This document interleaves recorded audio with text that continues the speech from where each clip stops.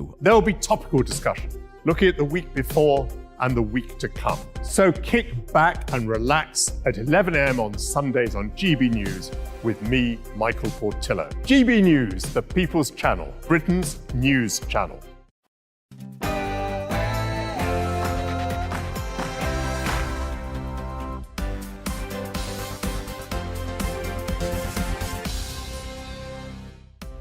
Well, good morning and welcome to Saturday Morning with Esther and Phil. We've got lots of good things coming up for you this morning. We're going live to Bournemouth, where the Boris Johnson back-in Conservative Democratic Conference will start in an hour's time.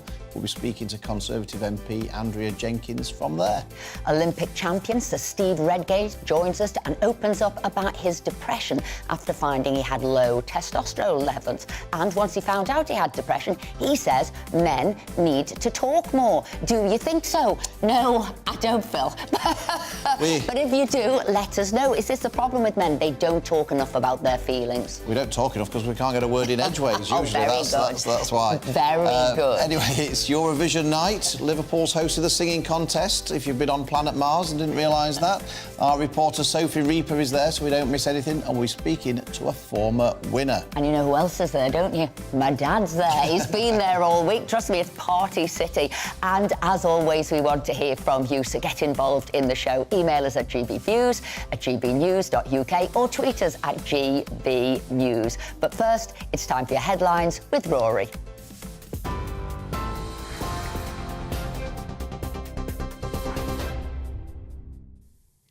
Thank you very much, Esther. The latest from the GB Newsroom.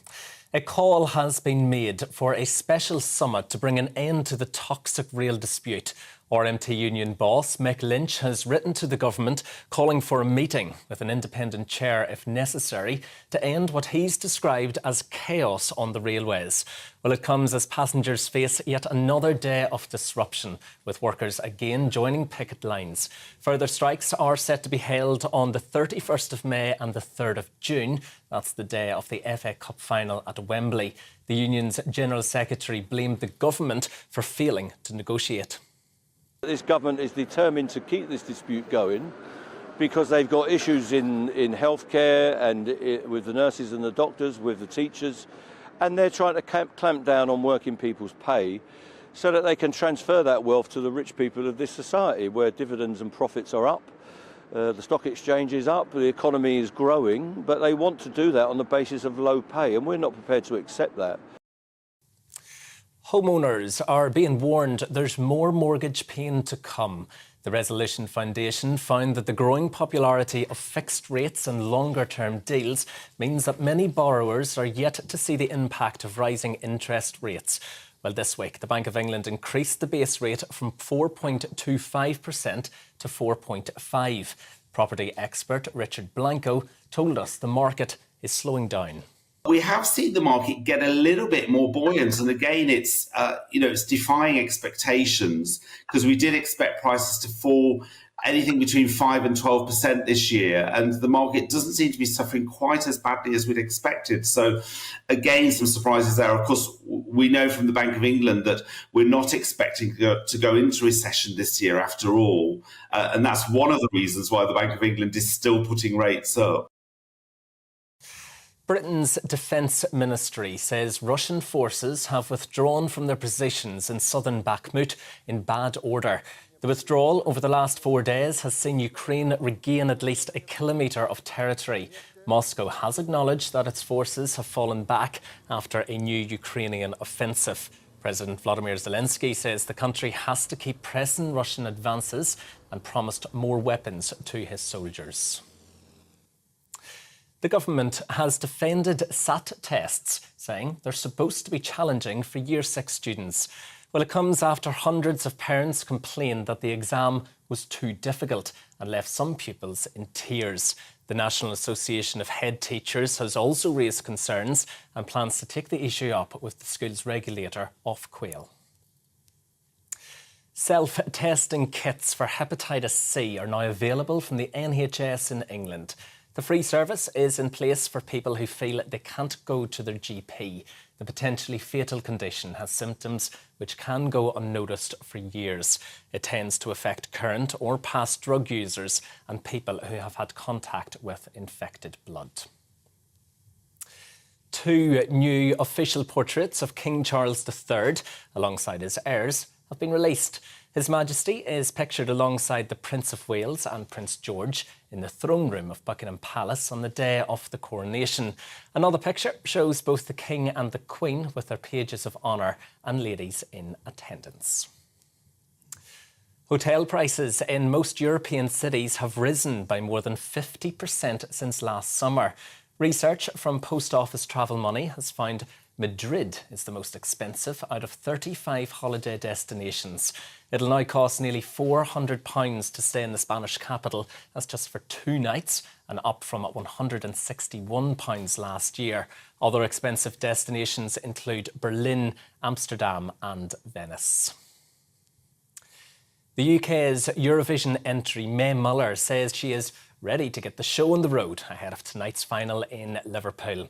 A global audience of 160 million viewers are expected to tune in to see 26 acts perform at the M&S Bank Arena. The UK agreed to host the contest on behalf of last year's winners, Ukraine.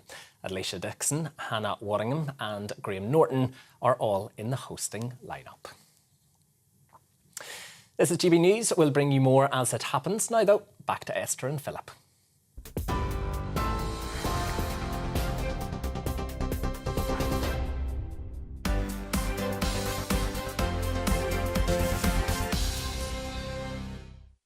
Thanks, Rory. Now, the Boris-backing Conservative Democratic organisation is holding its first conference today in Bournemouth.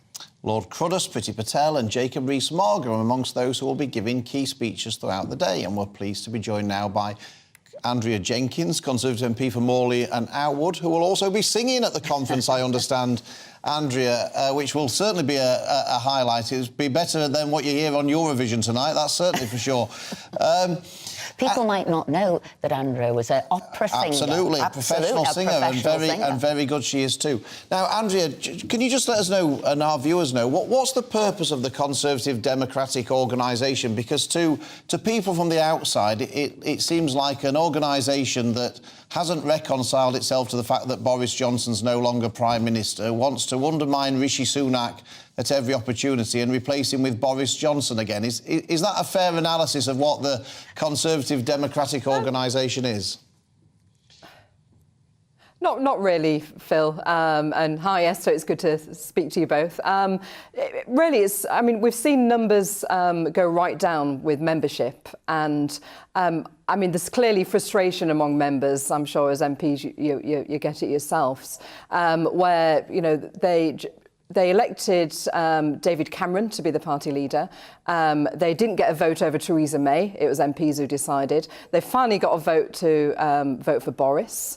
Then they voted for Liz, and the MPs ousted those two. So clearly members are going to be frustrated, but it actually goes beyond that. This is about re-engaging members. I mean, I'm sure you both remember the days of party conference where members used to stand up and be able to speak from the audience. And it's about re-engaging members. That's the key focus about it. Because I've heard the words take back control, and I wonder, that's on the website, that's what it's meant to be, the members having a say. But people will question, is that about that, or are you wanting to impose policy on the leaders of the moment? What is it then, this taking back control? Of what, of whom, and why?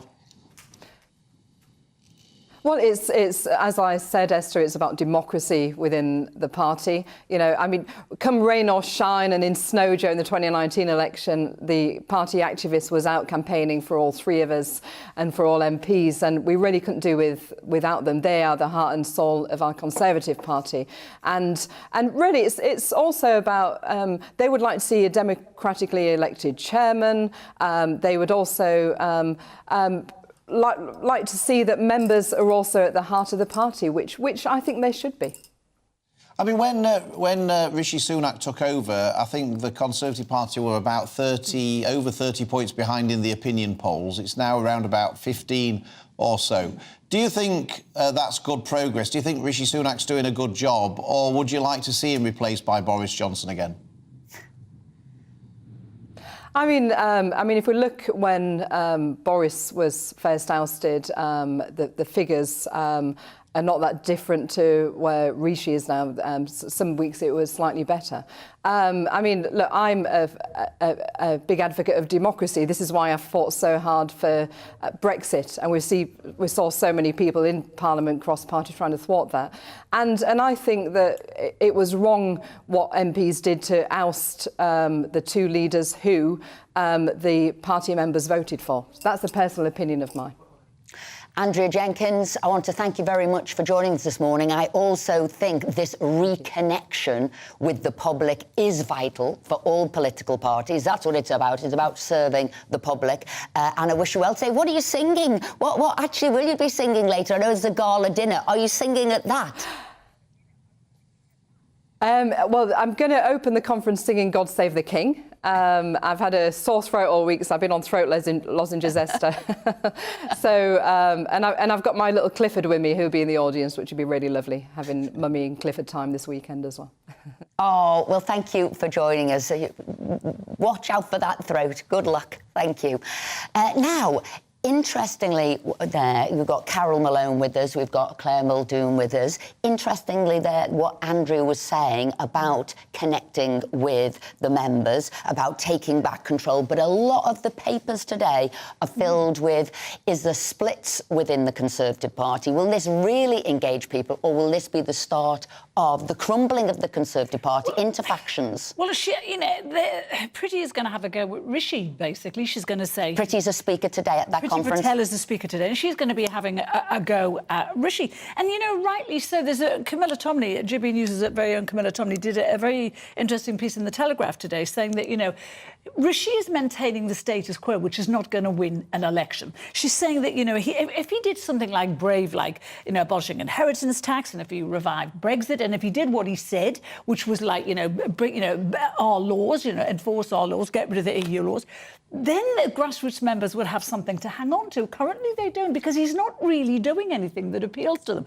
So this is a dig at him. And Camilla is right. Status quo is not going to win an election. He needs to do something major to get the grassroots members and the British people on side. And so far, we're seeing him move little steps, but it's not enough. He's got a year left. Claire, do you think this is about policy, or do you think it's about personality? It's about personality. Because, I mean, I appreciate that lots of these people don't agree with Rishi Sunak's agenda, and I can quite understand that. But these people are the biggest cheerleaders for Boris Johnson. Yep. And in terms of what Boris Johnson did when he was Prime Minister, and I voted for Boris Johnson to be leader of the Conservative Party, but, he didn't do anything about getting rid of all the EU retained law in all the time he was there. He spent money as if it was going out of fashion and leading to tax rises and all the rest of it. I didn't really see him pursuing the agenda that they're arguing for when he had the chance. So is this more about them not liking Rishi rather than a policy? I definitely think that. And a couple of things that Andrea mentioned there about, an elected chairman. I thought Graham Brady was elected. How did he become the chairman of the Conservative Party? So that's the 1922. He's chairman of the 1922 committee. Which is separate, right, so to the chairman of the Conservative Party, which is Greg Hands. They keep going on about democracy, and they keep going on, well, Andrea Jenkins and Bring Back Boris campaign. But the reality is that Rishi hasn't done anything differently massively from when Boris was in charge.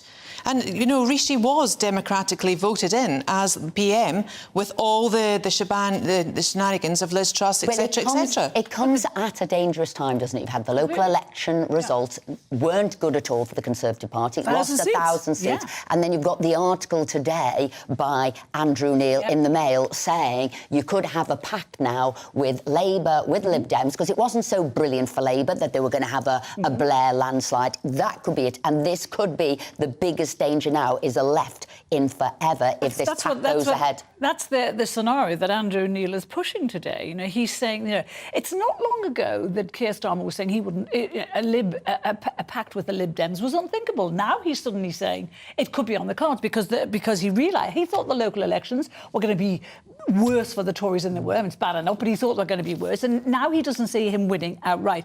I think he personally believes he's still going to win outright, but he has to make plans. And the plan here, Ed Davey has said he's willing to work with him. The trouble for the Tories is, you know, if they don't win outright, if they don't have a working majority, the Lib Dems will not do a deal with them because they got done over, you know, the last time. With Cameron. They went into political oblivion and the Tories went on. So Nick Clegg even lost his seat. Nick Clegg lost his seat, but also, you know, the Welsh nationalists, the Scottish nationalists, they don't want to do business with the Tories. They hate it. Not many people do, and the thing is that the Lib Dems haven't had a very good time of it politically. I mean, who's leader? Is it Tim Fallon that's the leader of the Lib Dems? You can barely remember. Exactly, that's the point. I'm going to do a shout out here to our viewers. What do you think? Could this be? They've got to stop the in-party fighting, the Conservative Party, because otherwise you could have a Lib-Lab pact forever. But something completely different, and that is the Eurovision Song Contest. What do you think of the UK? Sooner listen to singer. Andrea Jenkins sing. He's just so disinterested in this, isn't he? He really doesn't want us to talk about this. I just think this is, you know, Liverpool it's revitalised Eurovision. You know, we used to sneer at it before, and actually the committee that organises this, the European, used to think we sneered at. The fact it's being set in Liverpool, they can't believe how great it is. It's not just about music. This is about culture. There are exhibitions everywhere. There's war photography exhibitions. It's incredible. And I think it is going to revive it. The German, there's a guy called Wolfgang, whose surname I've forgotten, but they call him Mr. Eurovision. He says this is going to be the best Eurovision there's ever been. Now, we know we're being represented by May Muller, who, if anyone's read my column today, well, no, I'm not a fan. This is a woman who said she hates Britain. Yeah. She wants to get out of Britain. She wants to go and live. She wants to get a German citizenship. And go and live in Spain. Despite the fact that Britain, the UK, has given a massive boost to her non-existent career that was before. Anyway, but this is also the woman who said she didn't think Boris should get a bid during COVID. I mean, and we've got this woman representing us. So I'm not keen on that. However, I am very keen on the contest. Will you watch it, Carol? Yes, I will. And will you be supporting May Muller? I'll be supporting the UK, but also I'll be supporting Ukraine, obviously. And you know, Zelensky wanted to speak before the contest, which I love Zelensky. He's a hero of mine. However, he couldn't be allowed to speak because, one, it breaks the political rules that surround the contest, but also he'd make a plea for weapons, which is not what it's all about. And not only that, we had a GB poll and it was like 67% of the public didn't want him making an announcement and address. But Rishi Sunak... Why should Carol or anybody support May Muller? Why should they watch? No, not watch. But why should they? If she said she doesn't like Britain... This was 3 years ago. She's a young girl. She's a young girl. Do you not think there shouldn't be? She shouldn't be representing a country she doesn't like and wants to move out of. Listen, look at Rishi, look at Boris. Are they representing the country that they actually like? Well, what are they doing to help the country? What are they doing to help the country that they're actually running? Carol, Claire, I cannot have that. These are two people who've given their whole life over, Boris and Rishi, to the country. No, they've given their lives over to power. You're talking they've given their lives over to power. And this again is back to personality. I'm not even going to watch it. I don't even like it. Well done. The best thing about Eurovision for me is Rylan, and I love Rylan. Oh, please. He's on everything. I'd sooner watch the final. He deserves it. Well, he's brilliant. Put it this way, we don't know who we're necessarily supporting tonight, but I tell you one person I'm absolutely supporting, and this is in the Times today. Locals are staying tight-lipped after vigilante fills in Cornwall's most perilous pothole. So this was the biggest pothole in Cornwall. The road has been closed for over a month, so somebody went out, took it upon themselves, because the Highways Department hadn't done it, to fill it in. But they're trying to find out who this person is. They've closed the roads back up again, saying, well, look, it's not safe, and they're trying to find who it is. But the local community are keeping staying tight-lipped over this guy. To me, he is my hero of the day. Get him on the Eurovision Song Contest. Mine too. But can I just mention, as I want to give a shout-out to Richmond Council, my road, 185 potholes in my road. They came, they said 3 of them were the required depth of 2 millimetres to fill them in, so they brought a truckload of tar. They filled in 3 out of 185. I mean, it's just... and then drove away? Drove away and left the other 170, whatever it is, there. Well, I'll tell you something. I just want to say, what we paying our council tax for? Well, I'll tell you something else. You certainly wouldn't find potholes in a cycle lane, because they wouldn't dare disrespect any cyclists. Well, they're all brand new roads, so for them. Well, They coming out of the active travel budget. Are the council going to be... they said they're going to do it in the next month, the earliest they can do, because there's a backlog. Because, of course, nothing happened on any of these repairs during lockdown. They might not do any more potholes because they're waiting for another vigilante to come and do them all. So this actually might backfire in the long run. Do you remember Arnie Schwarzenegger? He did one in his own area in Florida. He was sick of waiting, so he just got a team out and he filled it in himself. Well, I can honestly tell you, so many people who've said that to me. Yep. I'm going to go out and do it myself, isn't it? Because it has not been done. Have you got another story there for us? That's what French people do all the time. They just go and do what they want. Well, the papers are full of Phil and Holly. The papers are full of everything that's happened this week. And I just want to mention Justin Welby, the Church of England leader. When I read that he was done for speeding for 150 quid, I thought, that's Godspeed, is it not? You know, that is fundamental. That is a copy that was just there. It was 25 in a 20-mile-an-hour zone, wasn't it? He went over. And you got £500 for that? I thought it was 150 quid.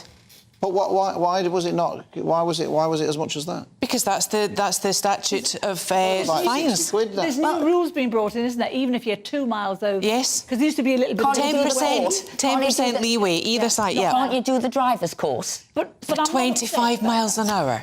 I'm not upset about him getting it. And why is that? Do you think that's a bit of? Do you think God was looking down a divine intervention? Do not interfere with government policy. Do your job as a bishop. Do not interfere with government policy. And that's because he was criticising. In the Lords this week trying to tank the illegal migration bill.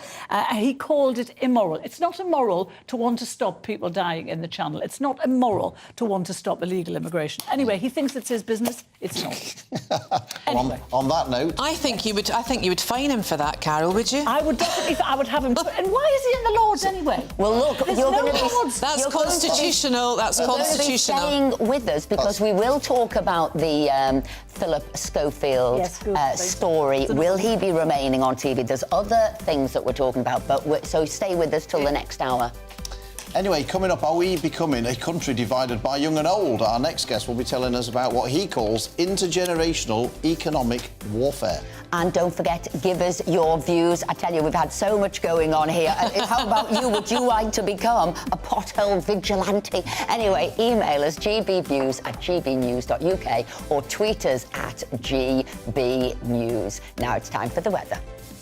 Hello there, welcome to your latest GB News weather forecast. I'm Greg Dewhurst, and yes, Saturday is looking pretty fine across much of the UK. There will still be some cloud holding on to eastern parts, but overall pretty settled thanks to this area of high pressure. Does it hold on for the whole weekend? Well, this weather front will move in across parts of Scotland and Northern Ireland on Sunday, and then later on push further south and introduce colder air into Monday. But for the rest of Saturday, for many of us, plenty of warm sunshine to come. The low cloud just hanging on across eastern parts of the Midlands towards the Wash area, some eastern coast of England, perhaps Scotland too. So temperatures here struggling to get into double figures, a cold day. But for the vast majority, high teens, locally low 20s. So feeling nice in that mid-May sunshine. Into the evening and overnight, a fine end to the day. The low cloud starts slowly creeping back inland across parts of England, and there's that weather front moving in across parts of Northern Ireland, northwest Scotland into the early hours. Under clearer spells, we'll see temperatures dip into single figures, but a frost-free night for all. And a mixed start to Sunday morning. Low cloud across eastern parts of England once more, some mist and murk elsewhere.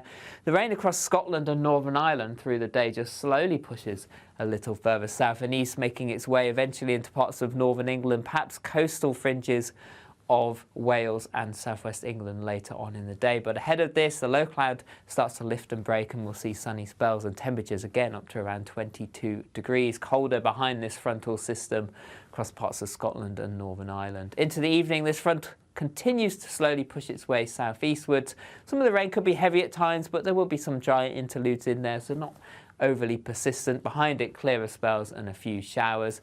That turns into showers for many of us on Monday and Tuesday, but brighter by Wednesday, feeling fresher for all.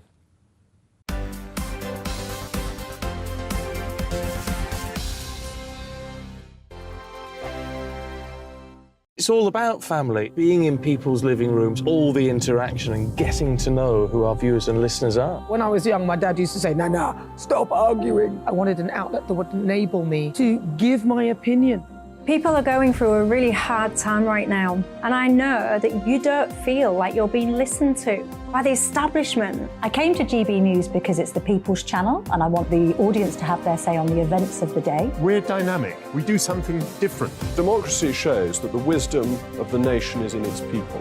I get to travel to find out what the story is from a personal perspective. The British people aren't fools. We know when we're not being told the full story. We've got to work out how Britain moves forward from this. It's the best country in the world. The establishment had their chance. Now we're here to represent your views. Britain's watching. Britain's watching. Britain's watching. We're proud to be GB News. The People's Channel. Britain's news channel. So Jubes and Co, we tackle the issues of the day with real, robust debate, both sides of the fence, battling it out with me in the middle with my forthright opinions and views. And often really interesting things happen because you start with a position and then by the end of the debate you find actually, well, I might not have thought about that one. What we need in this country is 2 new political parties. You should maybe think about doing a 2024 calendar. I'm Michelle Dewberry and I'm keeping you company right through until 7 o'clock this evening. GB News, the People's Channel, Britain's watching. Join us every night on GB News at 11 p.m. for Headliners, which is 3 top comedians going through the next day's news stories, which is exactly what you need, because when the establishment has gone crazy, you need some craziness to make sense of it. So join us 11 p.m. every night on GB News, the People's Channel, Britain's news channel. Join me, Camilla Tominey, on Sunday mornings from 9:30, taking the politicians to task and breaking out of SW1 to see how their decisions are affecting you across the UK. Bursting the Westminster bubble every Sunday morning, only on GB News, the People's Channel. Britain's watching.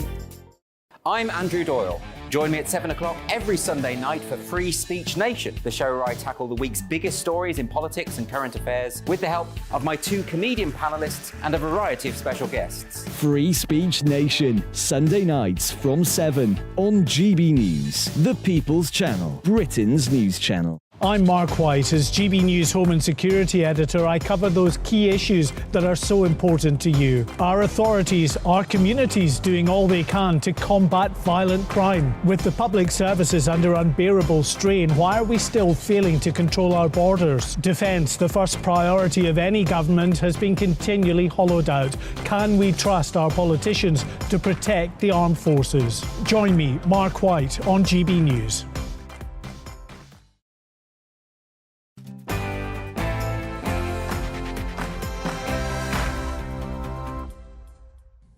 Welcome back to Saturday Morning with Esther and Phil. It is 10:27. Now, are we becoming a country divided by young and old? Our next guest, Dr. David Jeffrey, certainly thinks so. So, hello, David. You've described this in some of the work that you've done as intergenerational economic warfare. Do you want to explain that to us? Yeah, we essentially live in a country that has an economy that's geared against the young and a state that is geared against the young. It is much harder to be a young person and to get economic capital than it was 15, 20, 30, 40, 50 years ago. And this is bad for a whole host of reasons, not just the life chances of young people today as they grow up, but also because it's bad for the Conservative Party. After 12 years of Conservative government, it's very hard for someone perhaps my age, so early 30s, to look back over the last 12 years and go, what has this government really done for me? And that's dangerous for the Conservative Party because it's borne out in the polling as well, right? In 2010, the Conservatives were behind amongst 18 to 25-year-olds by 2 points. They were 2 points behind Labour. Now it's 26 points. And that's not good for the health of, of the Conservative Party, any general election in future if it loses people, under the age of 40. Now, I totally get and accept getting on the housing ladder is difficult, and that is something that does now have to be confronted. But I also look at the seismic changes and how people live their lives. So when I speak to an older generation, that all their money went into bricks and mortar. They sort of worked just to have a home. So they didn't have takeaway coffees, they weren't going away, didn't have branded clothes, didn't have a mobile phone, as I didn't just buy a cup of coffee as they were walking to to and from work. So they said all of their money went to that. They didn't have the experiences that young people have. So do you think this pitching two generations against one another without fully understanding the limits that an older generation had is fair or right?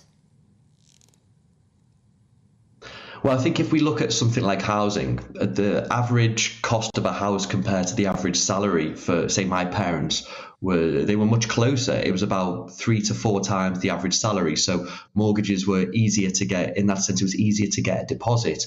And so for people my age now, it can be 6, 7, 8 times the average salary.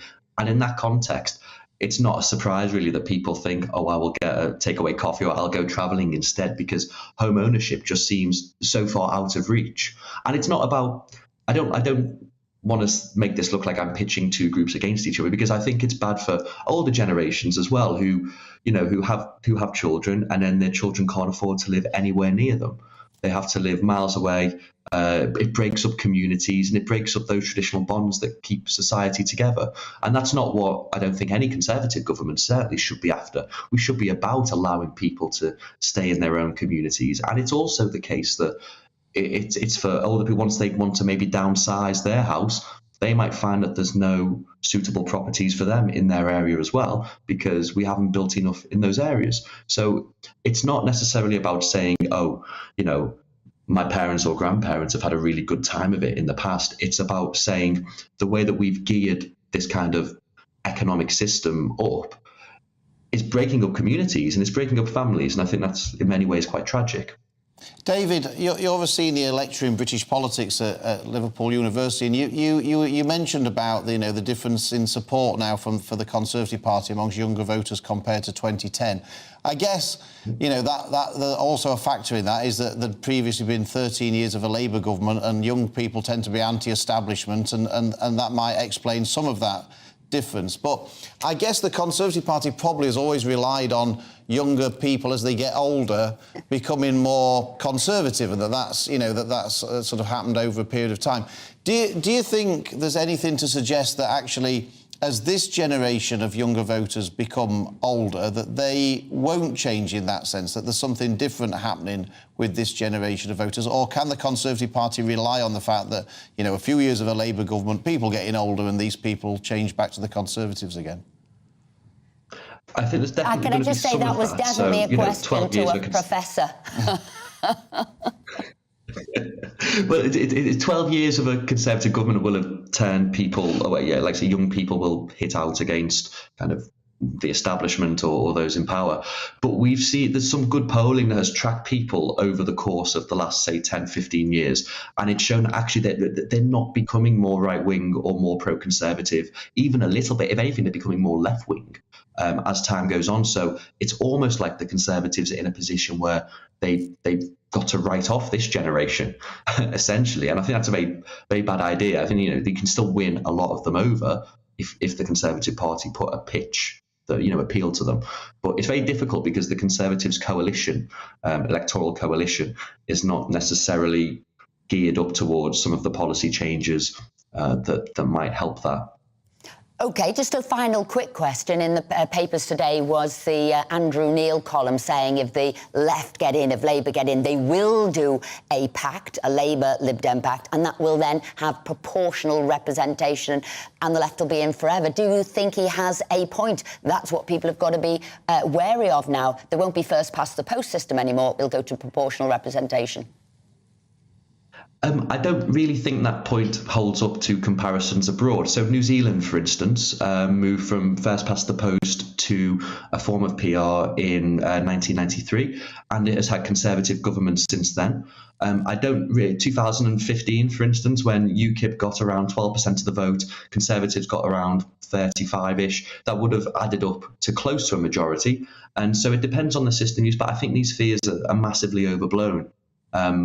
And I also think, actually, in some ways, it will be good for the Conservative Party. So I'm from Liverpool, and I think if we had a form of PR in local government, we'd have Conservatives in Liverpool City Council. And wouldn't that be a brilliant thing?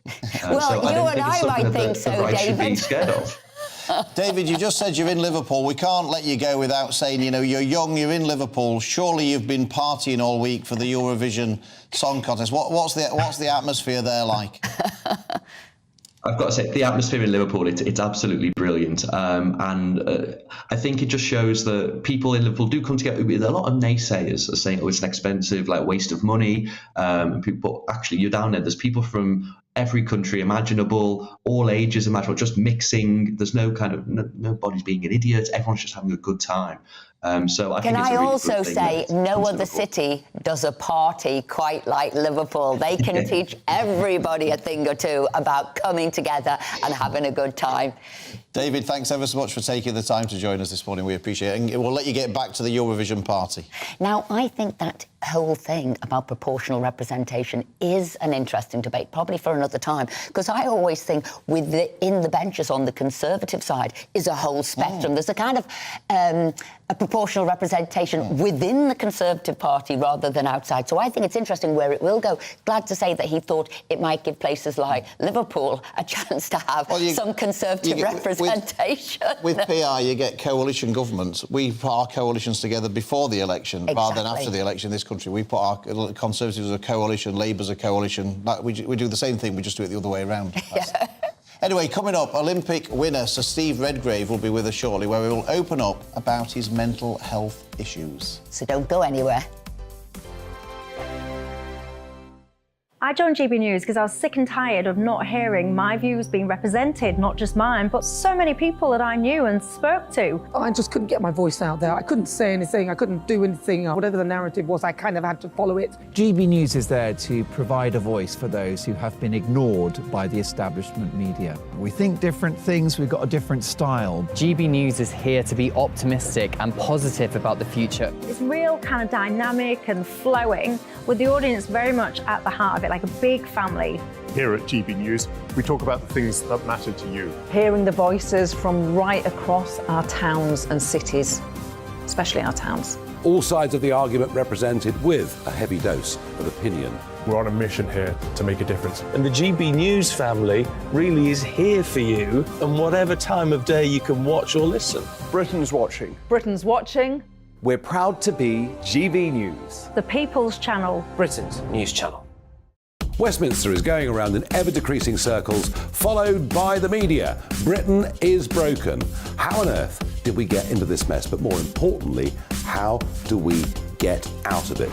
Join me at 7 p.m, Mondays to Thursdays on Farage, here on GB News. We will have open, rational debate. We've got to work out how Britain moves forward from this. Join us here on GB News, the People's Channel. Britain is watching. You've probably seen politicians interviewed 1,000 times, but we do it differently. We find out who they really are, we don't shout, we chat, and hopefully we bring a bit of light, not just heat. Did you know Kate Moss? Apparently.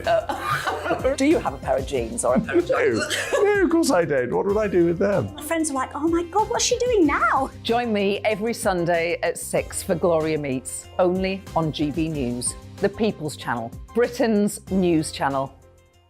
I'm Simon Evans. Join me on GB News for Headliners at 11 p.m. What's the scoop? I'll be joined by two of the country's top comedians. That's right. As we take a look at tomorrow's newspapers tonight. We're going to get into trouble. If it's a big story, we'll be covering it. Spill some tea on him.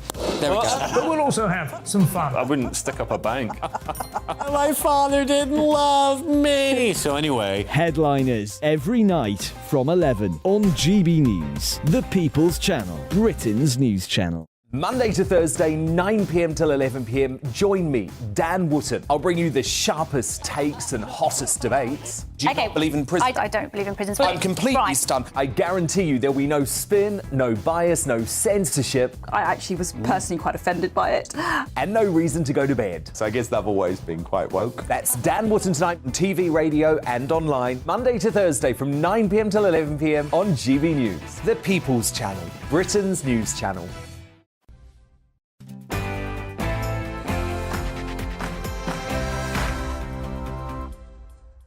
Welcome back. It's now 10:39. Now, this Monday marks the start of Mental Health Awareness Week, and former British rower Sir Steve Redgrave has opened up about his mental health. The multiple Olympic champion spoke about how he's battling against depression after finding out his testosterone levels have fallen, and we're delighted to be joined by Sir Steve Redgrave himself. Steve, thank you very much indeed for taking the time to join us this morning. Do you just want to tell us what mental health issues that you suffered, and was this as a consequence of sort of ending your rowing career?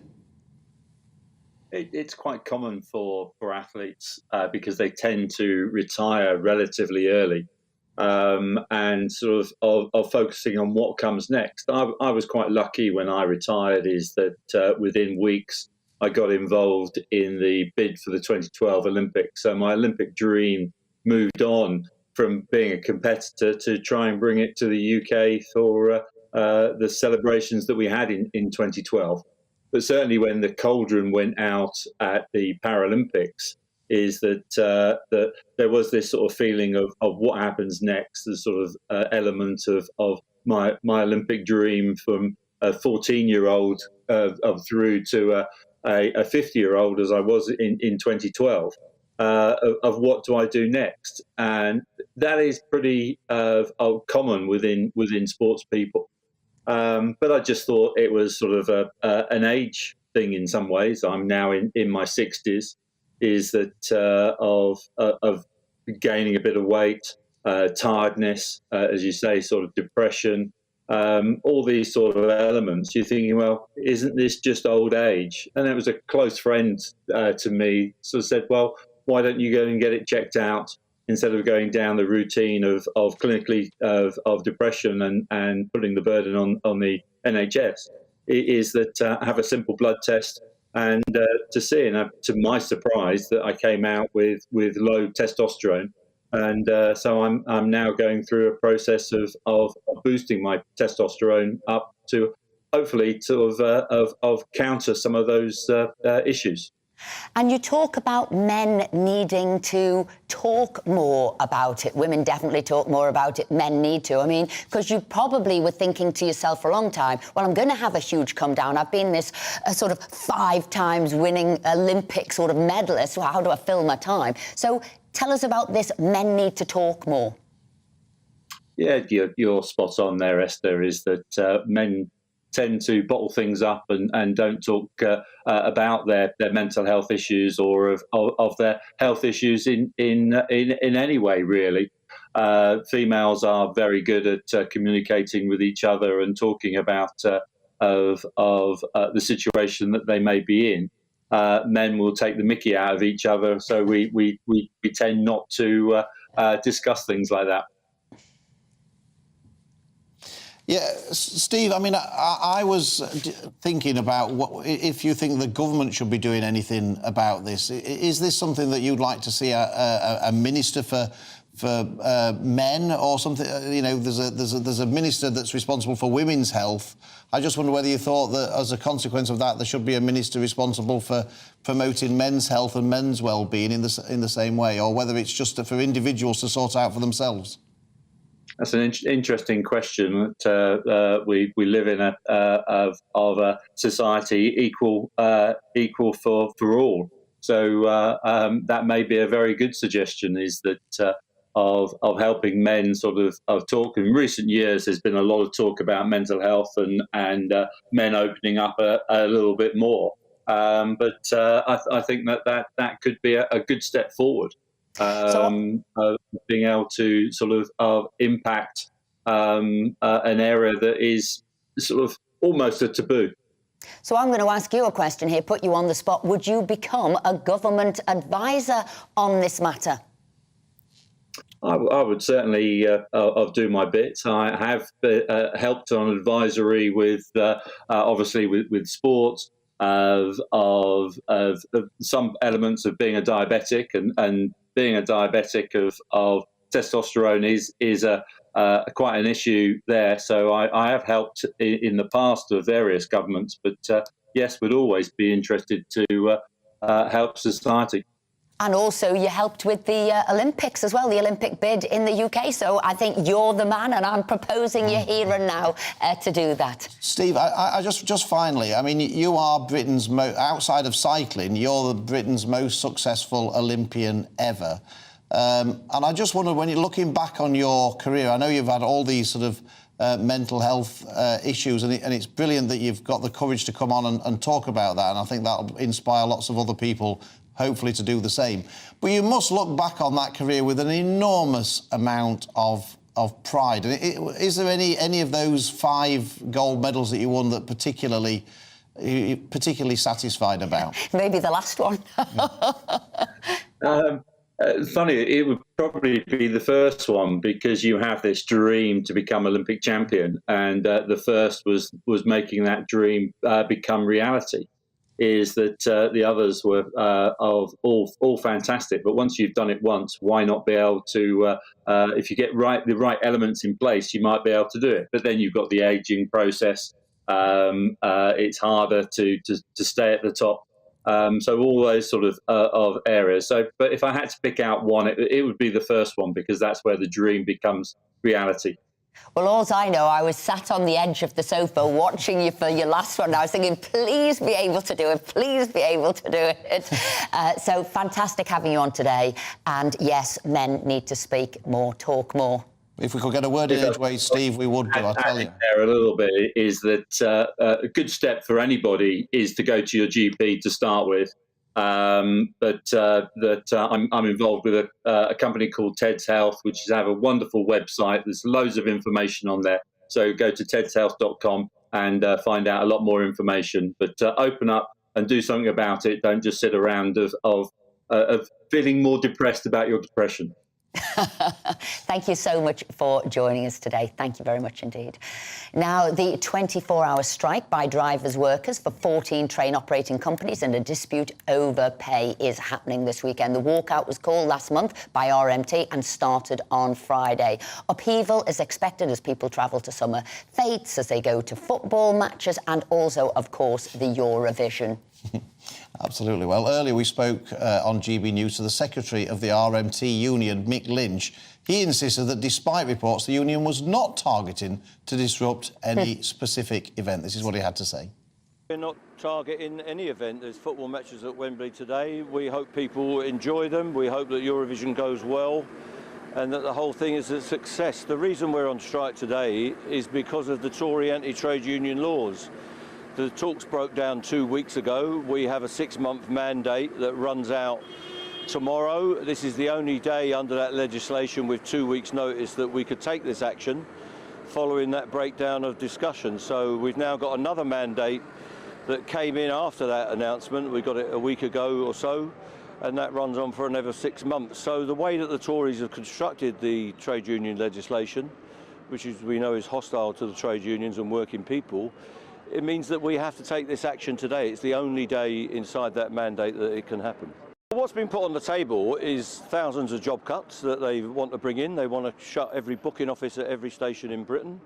They want to change our members' terms and conditions in a detrimental way. And they're saying that is necessary so that they can increase efficiency to create more profit for the private sector train operators. They will make £400 million in profit this year.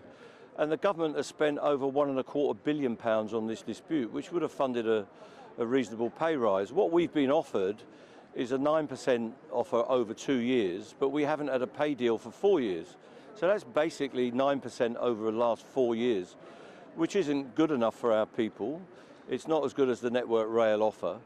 And they also want us in the document to declare that the dispute is over and then go and negotiate a load of detrimental changes, and we're not prepared to do that. We're not going to give up our mandate and our leverage at the negotiating table halfway through the dispute.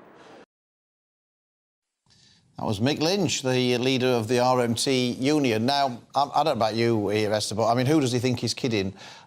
We didn't target these specific days. I mean, do you really believe that? I mean, it's just, is it a coincidence? No, it's not. That the strike's on the same day as the Epsom Derby and the FA Cup We had a former RMT leader on the other day saying it wasn't, and I do remember Mersey Rail in Liverpool deliberately targeted time that the Aintree was on, the Grand National was on, because they said they wanted to raise the issue. But that upset they are causing, and we did a poll for this show with GB News viewers and what have. We've done a poll, and it said, are the rail unions losing support by holding strike action to coincide with these big events like the Eurovision, like the FA Cup final?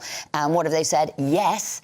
Absolutely, overwhelmingly, 85% of people are saying the rail unions are losing support because they're doing these things, disrupting everybody, trying to have a bit of fun, a bit of enjoyment. And what else have our viewers said about these rail strikes? They said, you know what, time for driverless trains. And other people have been saying, do you know what, we're using the bus now rather than the railway. So I would say be careful what you're talking for there. When you ask for too much, people will say no, and don't hold us to ransom, because we'll also say no. And he talks about drivers haven't had a pay deal for the last couple of years. Remember, we've been in lockdown for a couple of years. The government took over the railways by about 16 and put in 16 billion. And made sure that even though no one was travelling on the train, they all got paid. They all got paid 100%. They didn't get furloughed and get down to 8%. Anyway, let us know what you think about that, about the train strikes and what Mick Lynch had to say, and whether or not they're deliberately targeting them. But even if the strikes want to disrupt your wonderful event, we are all gearing up for the Eurovision Song Contest that is being hosted in Liverpool. The UK is hosting the contest on behalf of last year's winners, Ukraine, and our reporter Sophie Reaper is in Liverpool enjoying all the partying. What's going on, Sophie?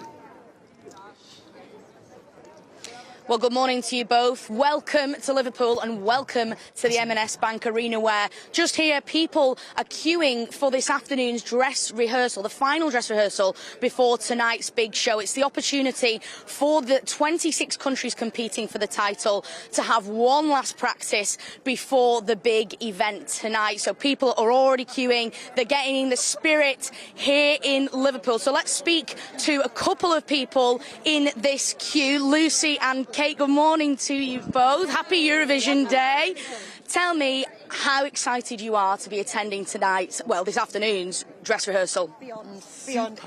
Honestly, I'm married, I'm happy, and this is the best day of my life. That's quite a statement.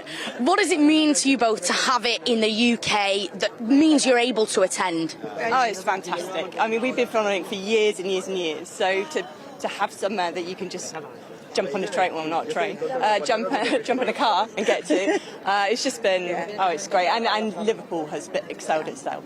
What about yourself? Yeah, well, we're just really lucky because we're such Eurovision geeks. We booked our hotel back in October last year when it was announced that it was going to be in 7 cities, and we booked hotels in each one just in case.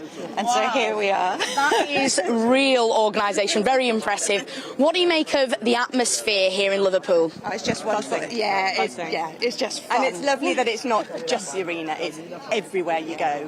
Every bar's got Eurovision-based things, and it's just great. Of course, we're hosting this year on behalf of Ukraine. What kind of job do you think Liverpool have done of hosting on behalf of the other nation? No, I think it's fab, like the multiculturalism that you feel here anyway, not just Ukraine, but you hear different voices, different accents, different languages, and it's just, everyone is welcome, and it's just fun.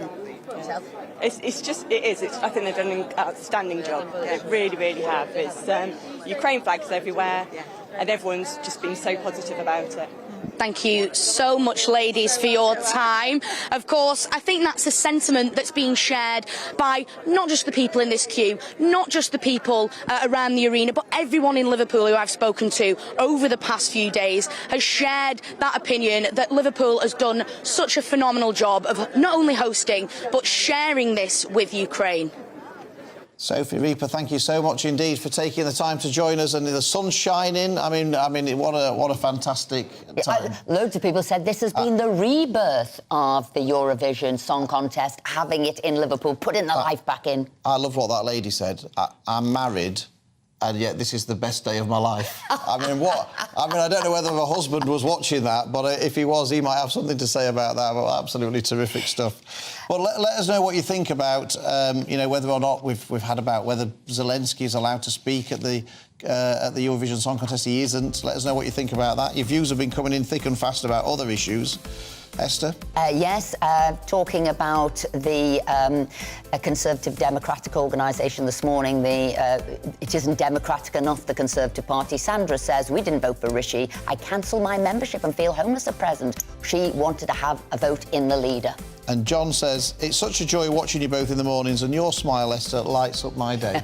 Oh, I thank you very much indeed. There you go. Well, look, there's lots more still coming up in the next hour. We'll be joined by leader of the Reclaim Party, Lawrence Fox, after Andrew Bridgen became his party's first Member of Parliament. We'll be going live to an anti-ULEZ rally where we'll be joined by Howard Cox, who's standing as a Reform Party candidate in the London mayoral elections. So don't go anywhere. Stay with us.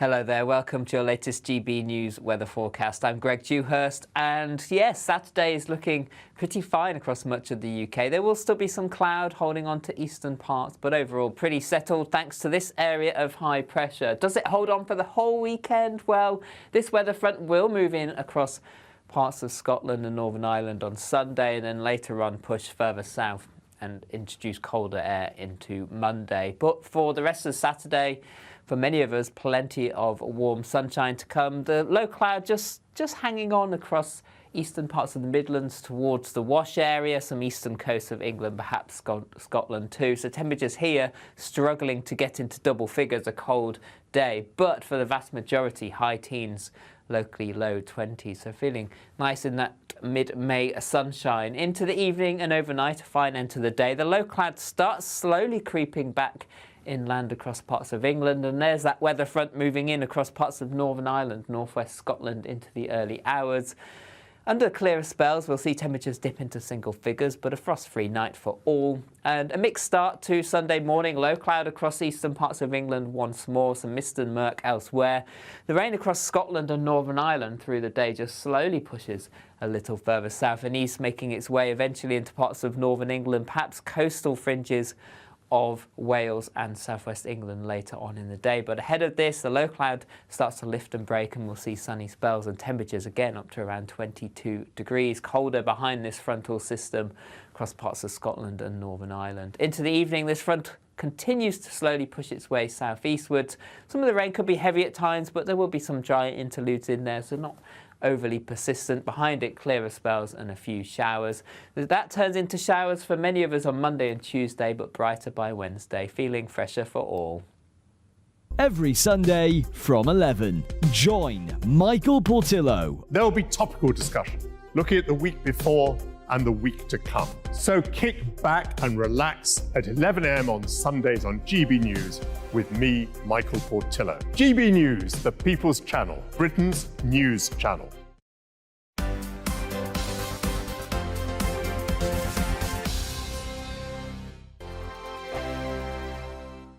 Monday to Thursday nights on GB News. At 6, it's Dubes & Co. 7 o'clock, Farage. At 8, join Jacob Rees-Mogg. And at 9, Dan Wootton Tonight, followed by Headliners. On TV, radio and online. This is GB News. First and foremost, I'm a GB News fan, and I was before I was working here. Just love the fact that we're asking the questions that a lot of establishment media won't ask. With a bit of a twist, we not only want to inform you, but we want to keep you entertained. It's worth the drive because you get in and the team's all ready and waiting, they're itching to go, and it's a proper little family. GB News is the People's Channel. It's the audience that makes the programme sing. We're giving our viewers and our listeners a voice. I see the thousands of your letters, tweets, emails, you name it, coming in. Britain is broken. How on earth did we get into this mess? But more importantly, how do we get out of it? The establishment had their chance. Now we're here to represent you. It's time for something different. It's time for GB News. I'm very patriotic. I believe in Britain. Our best days lie ahead. Britain's watching. Britain's watching. Join us here on GB News. The People's Channel. Britain's news channel. Join me, Patrick Christie's, Monday to Friday, 3 till 6. We tackle the day's news agenda like you've never seen before. It's high tempo, high octane, the most controversial topics, and the best guests. You will not be able to take your eyes and ears off it. I'm not afraid to ask the questions that you really want answered. 3 till 6 p.m, Monday to Friday on GB News, the People's Channel, Britain's news channel. GB News has its own late-night paper preview show, Headliners, where comedians take you through the next day's top news stories. You don't have to bother reading the newspaper, we've got it covered for you. Headliners, every night at 11 p.m. and repeated every morning at 5 a.m. We won't send you to sleep like some of the other paper review shows out there. GB News, the People's Channel, Britain's news channel. Start the day with GB News. We catch up on all the big stories you didn't hear the night before. And take a look at what the world's talking about this morning. That's right, Monday to Thursdays from 6 o'clock. It's Breakfast with Eamon and Isabel. Straight after breakfast, join us, Bev Turner and Andrew Pearce. We're going to take you through till noon. We'll be tackling the big topics of the day, including the things that the other channels just won't talk about. If it's happening here. Wake up to mornings on GB News, the People's Channel. Britain's news channel. I'm Jacob Rees-Mogg, the Member of Parliament for North East Somerset and a former government minister. For years, I've walked the corridors of power in both Westminster and the City of London. We need to have the arguments, the discussions on how we make it better. Crop failures, famine, war, suffering on a scale completely unimaginable. We are putting the cart before the horse. As Charles I said at the scaffold, he was the true defender of liberty. Yeah, I've completely derailed the conversation. Join me Monday to Thursday at 8 p.m. on GB News, Britain's news channel.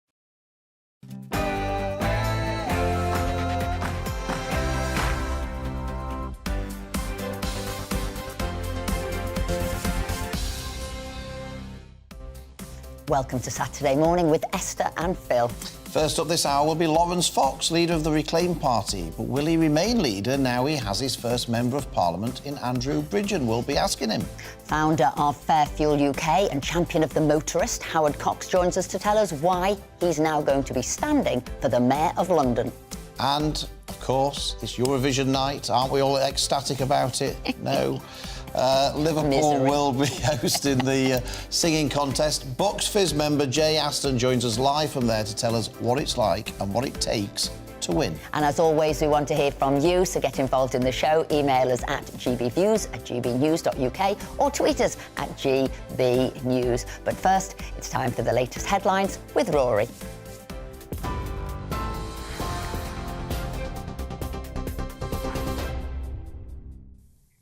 Thank you very much, Esther. The latest from the GB newsroom.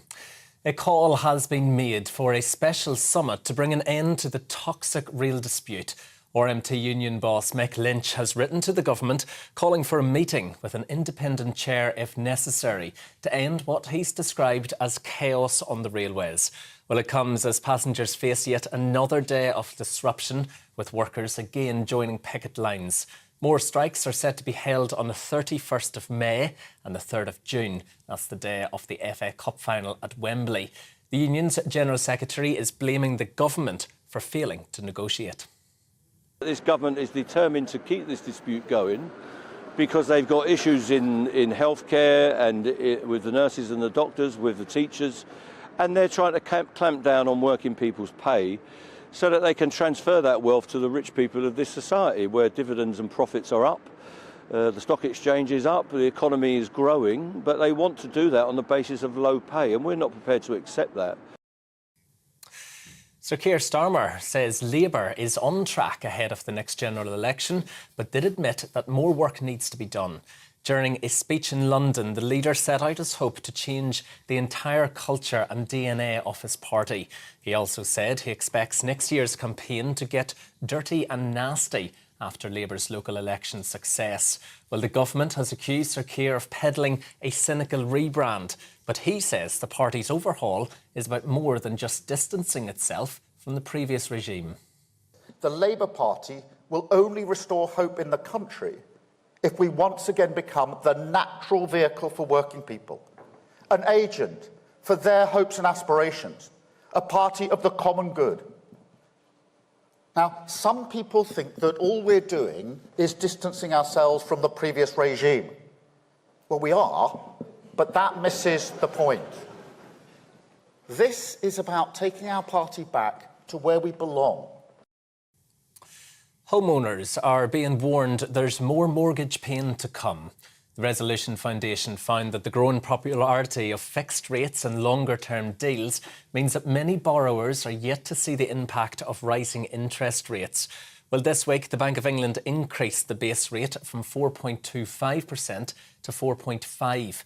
Property expert Richard Blanco told us the market is slowing down. We have seen the market get a little bit more buoyant, and again, it's it's defying expectations, because we did expect prices to fall anything between 5 and 12% this year, and the market doesn't seem to be suffering quite as badly as we'd expected. So, again, some surprises there. Of course, we know from the Bank of England that we're not expecting to go into recession this year after all, and that's one of the reasons why the Bank of England is still putting rates up. The government has defended SAT tests, saying they're supposed to be challenging for Year 6 students. It's after hundreds of parents complained that the exam was too difficult and left some pupils in tears. The National Association of Head Teachers has also raised concerns and plans to take the issue up with the school's regulator, Ofquail. Britain's Defence Ministry says Russian forces have withdrawn from their positions in southern Bakhmut in bad order. The withdrawal over the last 4 days has seen Ukrainian regain at least a kilometre of territory. Moscow has acknowledged that its forces have fallen back after a new Ukrainian offensive. President Volodymyr Zelensky has promised more weapons to his soldiers. It comes as he arrived in Rome this morning to meet with the Pope. Self-testing kits for hepatitis C are now available from the NHS in England. The free service is in place for people who feel they can't go to their GP. The potentially fatal condition has symptoms which can go unnoticed for years. It tends to affect current or past drug users and people who have had contact with infected blood. 2 new official portraits of King Charles, alongside his heirs, have been released. His Majesty is pictured alongside the Prince of Wales and Prince George in the throne room of Buckingham Palace on the day of the coronation. Another picture shows both the King and the Queen with their pages of honour and ladies in attendance. Hotel prices in most European cities have risen by more than 50% since last summer. Research from Post Office Travel Money has found that Madrid is the most expensive out of 35 holiday destinations. It'll now cost nearly £400 to stay in the Spanish capital for just 2 nights. That's up £161 from last year. Other expensive destinations include Berlin, Amsterdam and Venice. The UK's Eurovision entry, Mae Muller, says she is ready to get the show on the road. That's ahead of tonight's final in Liverpool. A global audience of 160 million viewers are expected to tune in to see 26 acts perform at the M&S Bank Arena. The UK agreed to host the contest on behalf of last year's winners, Ukraine. Well, Alicia Dixon, Hannah Waddington and Graham Norton are in the hosting lineup. This is GB News. We'll bring you more as it happens. Now, though, back to Esther and Phil.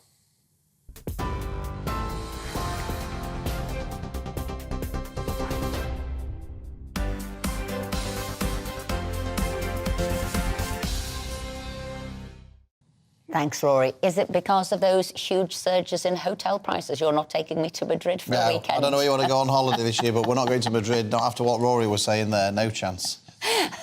Now, former Conservative MP Andrew Bridgen has joined the Reclaim Party this week. This makes him the first sitting MP for the party, led by Lawrence Fox. And we're pleased now to be joined by Lawrence himself. Lawrence, thank you so much for taking the time to join us. I just wondered, from your perspective, how significant is Andrew Bridgen joining the Reclaim Party? And we were just speculating between us, are you going to remain as party leader, or are you going to hand the baton over to Andrew now he's sort of there in Parliament on your behalf? Sounds like a brilliant idea. Save me all the fuss. I think it is very significant because essentially what the Conservatives did by throwing Andrew Bridgen out of the party was they depriving his constituents in North West Leicestershire of a very, very brilliant MP. So our job essentially was just to say, no, look, he needs to be given an opportunity to stand, and he needs to have a vehicle and someone to support him doing that. And that's and the way that he was spoken to, the way that Matt Hancock shut him down with this vile and baseless baseless smear of anti-Semitism in the House of Parliament, which was covered by parliamentary privilege, but his subsequent tweet wasn't. It just goes to show how absolutely out of touch the Conservatives are with the people and over free speech, and Andrew Bridgen's absolute right and duty to ask the questions that he did within the House of Commons. Now, Lawrence, the tweet that got Andrew into all sorts of trouble, which was, he put, as one consultant cardiologist said to me, the COVID vaccine is the biggest crime against humanity since the Holocaust. Now, my position is that I don't agree with that. I mean, we've had, Assad gassing his own people in Syria and the Rwandan genocide and all the rest of it. So I can't accept that can possibly be true. But I personally, I don't think he should have lost the Conservative whip for saying it. That's my personal view. Is it your view that you don't agree with him, but he should be free to be able to say that, or is it your party's view that you actually agree with that? Well, there's a couple of extra modifiers that are interesting here. One, it was a Jewish researcher that he was quoting, and a letter was sent to Downing Street from 25 of the top Jewish medical professionals on earth, saying that it absolutely wasn't anti-Semitic. The second thing here is that Andrew Bridgen doesn't operate his own Twitter account at that time. That tweet was sent out by his own Conservative chairman within the constituency. So they obviously didn't think it was anti-Semitic either. I think what happened... the Reclaim Party's view in general is that we should have free speech, and above all, we should have free speech in the House of Parliament. That we are running at just over 20% excess deaths on the 5-year average now.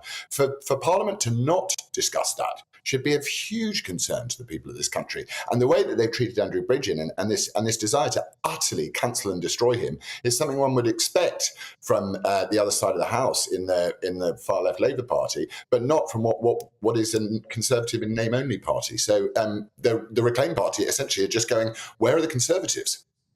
Now, can I ask you a question? What is the mission of the Reclaim Party? It's really difficult as a new party to set up and get however many MPs in the House. Are you just going to be a disruptor, stop Conservative MPs winning in certain areas, or have you got a bigger mission than that?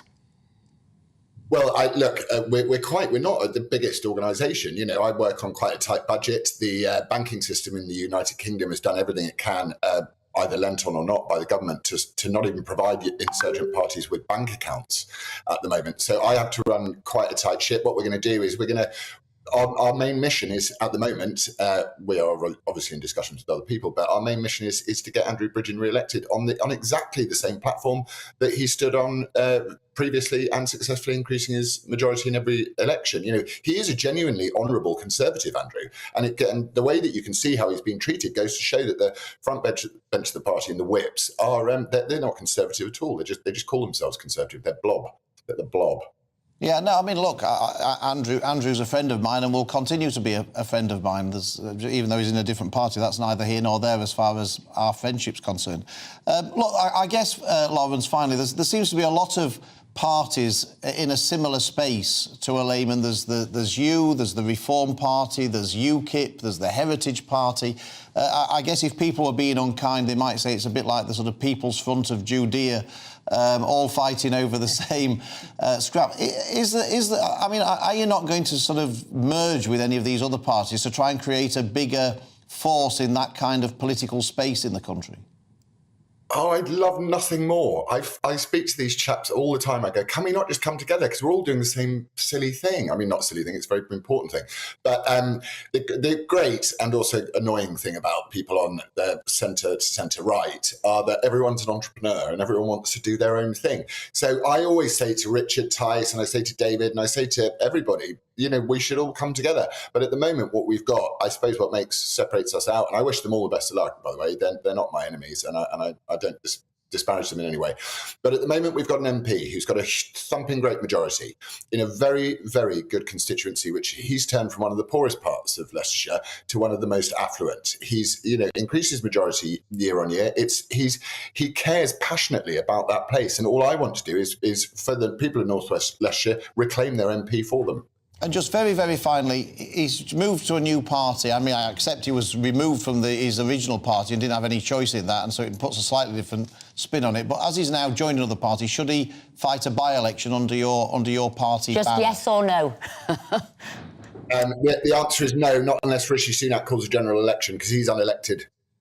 OK, Lawrence, thank you so much for taking the time to join us this morning. We really, really appreciate it. Thank you. We do indeed, and we're joined back in the studio by two wonderful broadcasters and journalists, Carol Malone and Claire Muldoon there. So, what do you think? Should he stand and have a by-election? No, I agree with Lawrence Fox, actually. I mean, I do, because it's not like the situation in Scotland where the MP lost her seat because she was found guilty of COVID regulations that she fraught. And that by-election hasn't happened. I think Lawrence is right. Wait till the general election. Let Andrew Bridgen stand as the Reclaim. Isn't it quite funny, though, that you've got Reclaim, you've got Reform, they all begin with R. So what are they going to do? Win? I don't know. What's going to happen? So your story, the Phil and Holly in this sort of clash, will he be booted off ITV? Well, he should be. He really should be, in my view. I mean, this is they call it the golden couple. I mean, ITV are a very awkward, very difficult broadcasting corporation to try and manoeuvre and try and get free speech into, because everything is scripted. From all the daytime, you look at Lorraine, you look at, it used to be Jeremy Kyle, then it was This Morning, then it goes straight on to Loose Women. It's all very scripted, all very heavily managed, and ITV do not let free speech come into that. Everything is very well produced. We've now got this situation with Philip and Holly. ITV as well had golden handcuffs to the talent agents that were there. They owned everything. They owned all the talent, and you couldn't move for it. But what was this about? This was fundamentally then, are you saying what he read on air, which was like, we've fallen out or whatever it is, and we're not getting on, are you saying that was scripted by ITV? So what are you saying then? What are you saying? And I'm saying for part of the reason now he's come out of that's not scripted, and they don't like that. Oh, it was because he was unscripted. It's the control, and actually I think it's because of the character that Philip Schofield is himself. It's to do... What's happened? Because, I mean, Philip and Holly, as far as I could see, were like the closest colleagues that you'd ever had on TV, and that's certainly... Closer than you two. Closer than you two. I'm not sure about that, but anyway... To the point where they used to go on holiday together. They did. But they have... Oh, they are closer than us then, Phil. if you believe what you read in the newspapers, which I don't always... There are other things going on here which haven't been in the papers and But you had Qgate, wasn't it? Qgate, when they seemed to... That seemed to be the start of the thing about them is they can't take criticism. I was criticised by ITV for actually coming out and saying with Eamon Holmes and The Breakfast Show here that it was wrong for them to do what they did. And I actually said at that time that the whole show needs a complete clear out from top to bottom. I was blacklisted.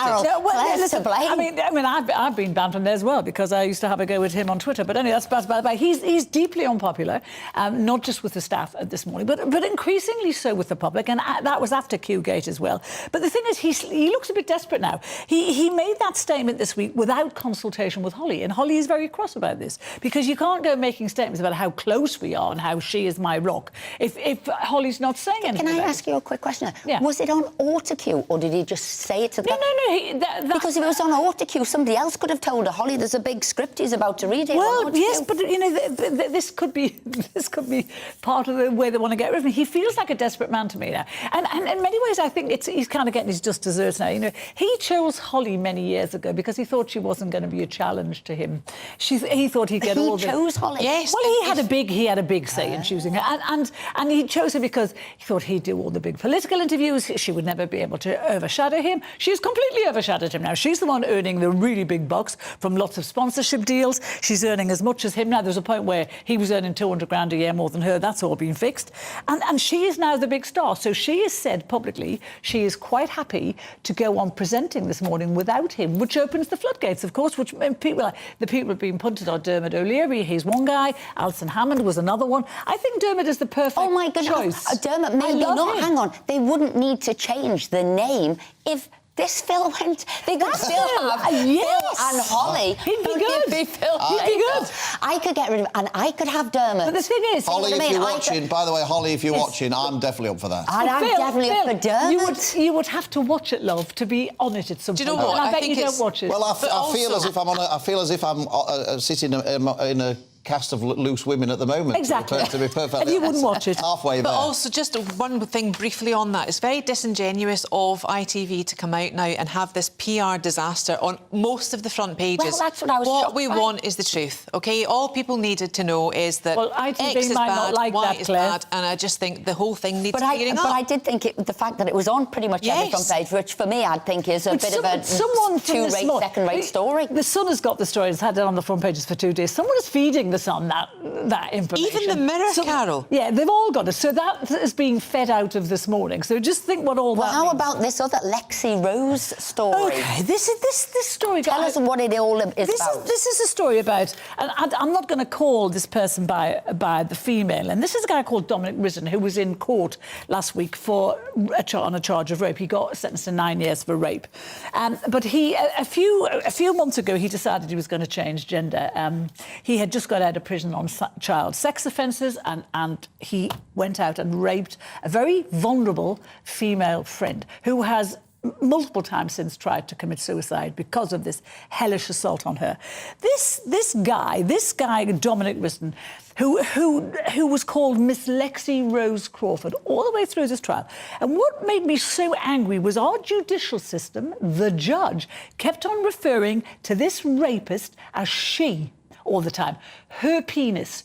She. It's ridiculous. And using this kind of terminology in a court of law with a person who was clearly a biological male, who has raped a very vulnerable woman, and the justice system affords this person the courtesy of being called she and a female. This is not a female, this is a male rapist. But we should be grateful that he has gone to a male prison. Well, he has, and I bet watch him ditch his female persona within 3 seconds of getting inside there, because he will not pretend to be a woman in there, I can tell you. But the idea that our system is tolerating this nonsense... And enabling. It's enabling this nonsense. You know, and I wonder if the trans brigade, the trans organisations are happy about these criminals using, pretending they're female to commit vile crimes. And because if they're not happy about it, they should speak out and they should condemn. But that's where there should be clear laws. And as you say, if you are still with a penis, then you will go into a male prison. I mean, you need to have clear guidance. And you will be referred to as well as a man when you've raped a woman. To me, it makes total sense. Why do we not learn from the Isle of Bryson case in Scotland? Exactly. We had discussion after discussion about how wrong that was on so many levels when she was going to be sent, he was going to be sent to Cornton Vale. And then that has changed. But the law has changed. But we're still having the conversation now about this guy, Dominic Risen, who was found guilty in Bristol of raping a child. Where is the thought for the victim in this? He didn't rape a child. He didn't rape a child. He 2 raped counts of sexual activity with a child, but he was in prison for child sex offences. But it's interesting. The BBC, the woke BBC headline screamed, "Bristol trans woman jailed for rape." No, a man was jailed for rape, and we've got to stop this nonsense. It's just. As Claire says, it's enabling people. Very, very briefly, in terms of identity, this sort of obsession with identity politics, page 7 of the Daily Mail today, be fair to fat workers. Oh, you were determined to do this. And you were determined. They've passed a law in New York which outlaws discrimination now on the basis of a person's height or weight in employment, housing and public accommodation. And I always think that whatever happens in America happens in the UK. And I guess is there discrimination with people who are overweight and getting jobs? Is there them saying that people who are overweight saying there is? Is it just everybody wants to be a victim for whatever it is that you think, I'm not quite happy with this, I therefore am a victim, so you and you have to treat me job, better? But once you start down this road, you're not allowed to discriminate against somebody because of race or colour or religion or whatever. Which are important things. Yes, but the problem with it is that you end up, where do you stop in terms of discrimination? I've been discriminated against because I'm ginger, because I'm short, because I'm tall. Yes, that's where we're going. Blue eyes, because I've got a Glaswegian accent. Who knows? Where do we end? It looks as if in America this is... But yet, on that, British Airways has cut legroom on some of their planes, so they are discriminating against tall people, surely. So, come on. And overweight people, because if you're overweight, you're not going to get into the amount of interest... Let's get a handle on this. Robert De Niro, though, quickly, should he have had another child at more or less 80? No, he should have, because the woman he's had the child with... Now, see, it's very hard to find her age anywhere, and I found a cutting from the States which says she's 63. Which I'm amazed. Which actually made me think the story was bad news, because if she is 63 and he's 79, that child is it not his eldest child in his 60s or something? No, his eldest child is 52. I think this is the biggest abuse. story is her having a child at 63 Well, rather than father and one at 79. Because if you notice, all the papers she should be on here- HRT. Well, all the papers haven't mentioned her age yet, which sent me looking for it, and I found one age 63. Can I just say this allows me to tell one of my favourite jokes from Barry no. Cryer. Go on. When Les Dennis had a child when he was, I can't remember how old Les Dennis was. Probably about 40. I think it was late 50s or something. I think it was late 50s or even getting on for 60.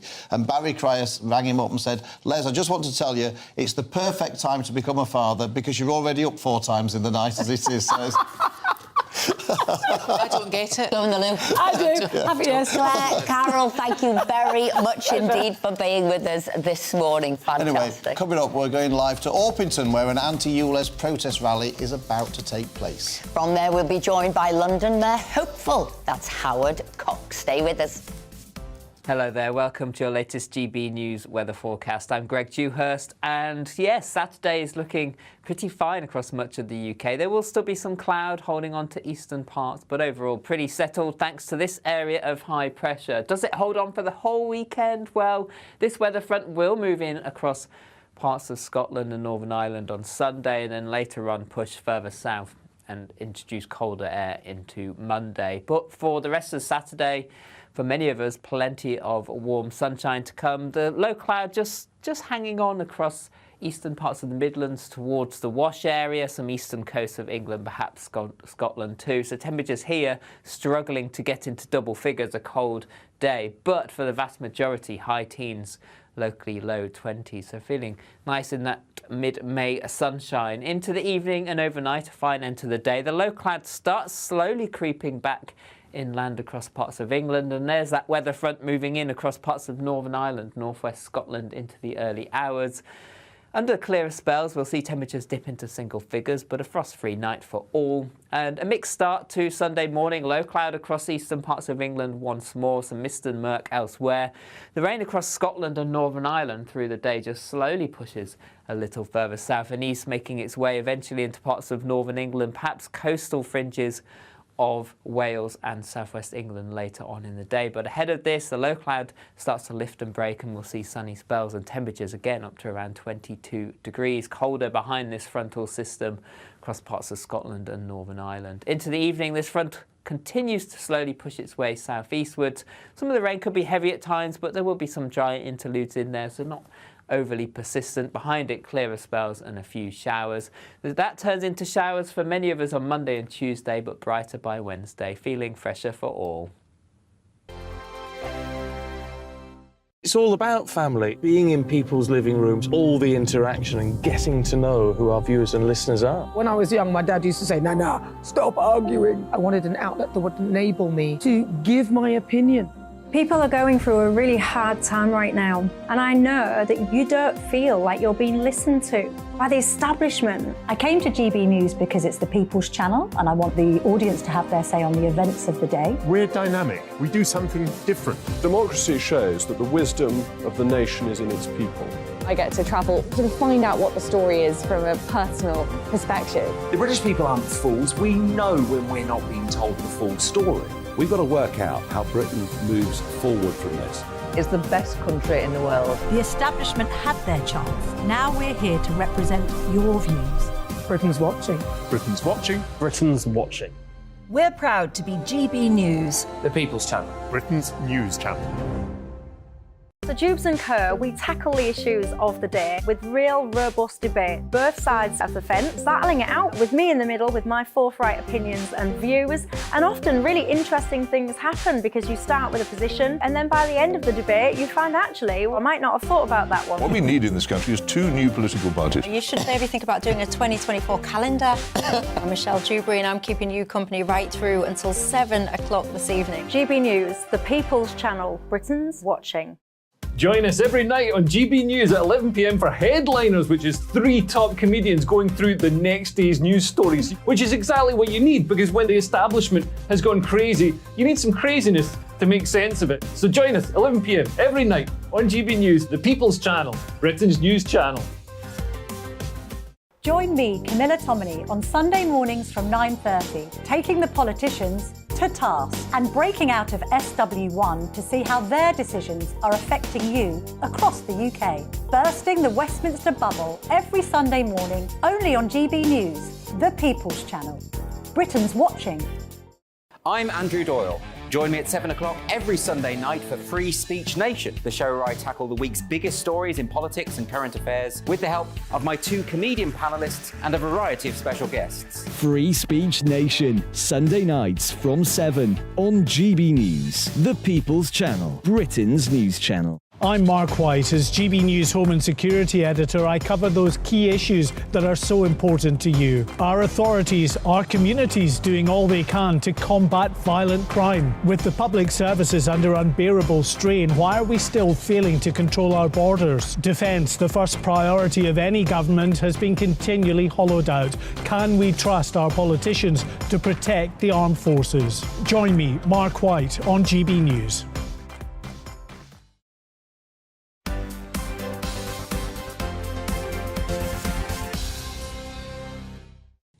Hello, welcome back to Saturday Morning with Esther and Phil. Lots of you have been getting in touch. Yes, we started the show with Andrea Jenkins at the Conservative Democratic Organisation, and David... Bring Back Boris Bring Back Boris, as we call it. David emailed, I'm watching your great show on holiday in Paphos, Cyprus, and I've just joined the Conservative Democratic Organisation after being sick of this government refusing to honour manifesto pledges. Great to hear another of my very favourite MPs in Andrea Jenkins. And Christine here said, because we were talking about intergenerational, they called it economic warfare, and Christine said, it's sad that younger generations are bitter towards the older generation over what we've accrued over a lifetime of hard work. Most of us bought our houses on the back of sky-high interest rates, done without any assistance from parents or grandparents who were in no financial position to assist.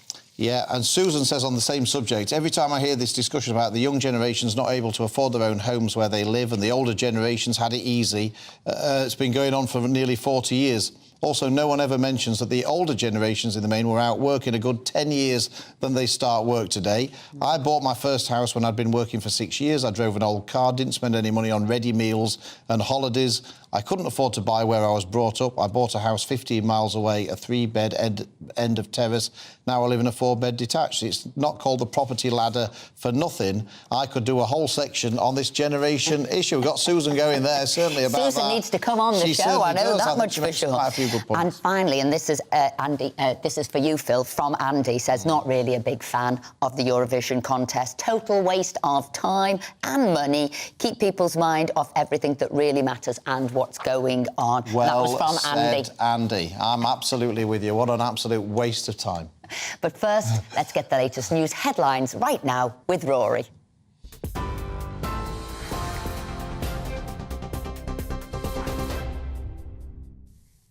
Thank you very much, Esther. The latest from the GB newsroom. A call has been made for a special summit to bring an end to the toxic rail dispute. RMT union boss Mick Lynch has written to the government calling for a meeting with an independent chair if necessary to end what he's described as chaos on the railways. Well, it comes as passengers face yet another day of disruption, with workers again joining picket lines. More strikes are set to be held on the 31st of May and the 3rd of June. That's the day of the FA Cup final at Wembley. Sir Keir Starmer has told a conference more work needs to be done, but Labour is on track ahead of the next general election.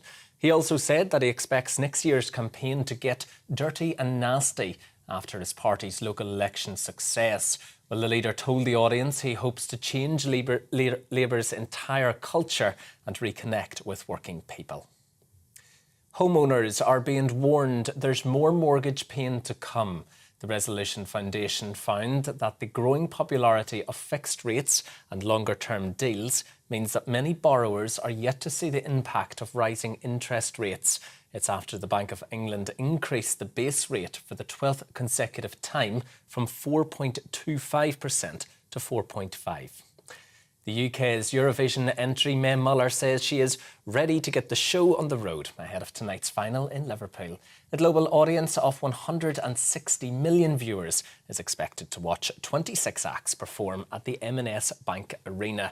The UK agreed to host the contest on behalf of last year's winner, Ukraine. TV, online, DAB+ radio and on TuneIn. This is GB News. Now though, back to Esther and Philip.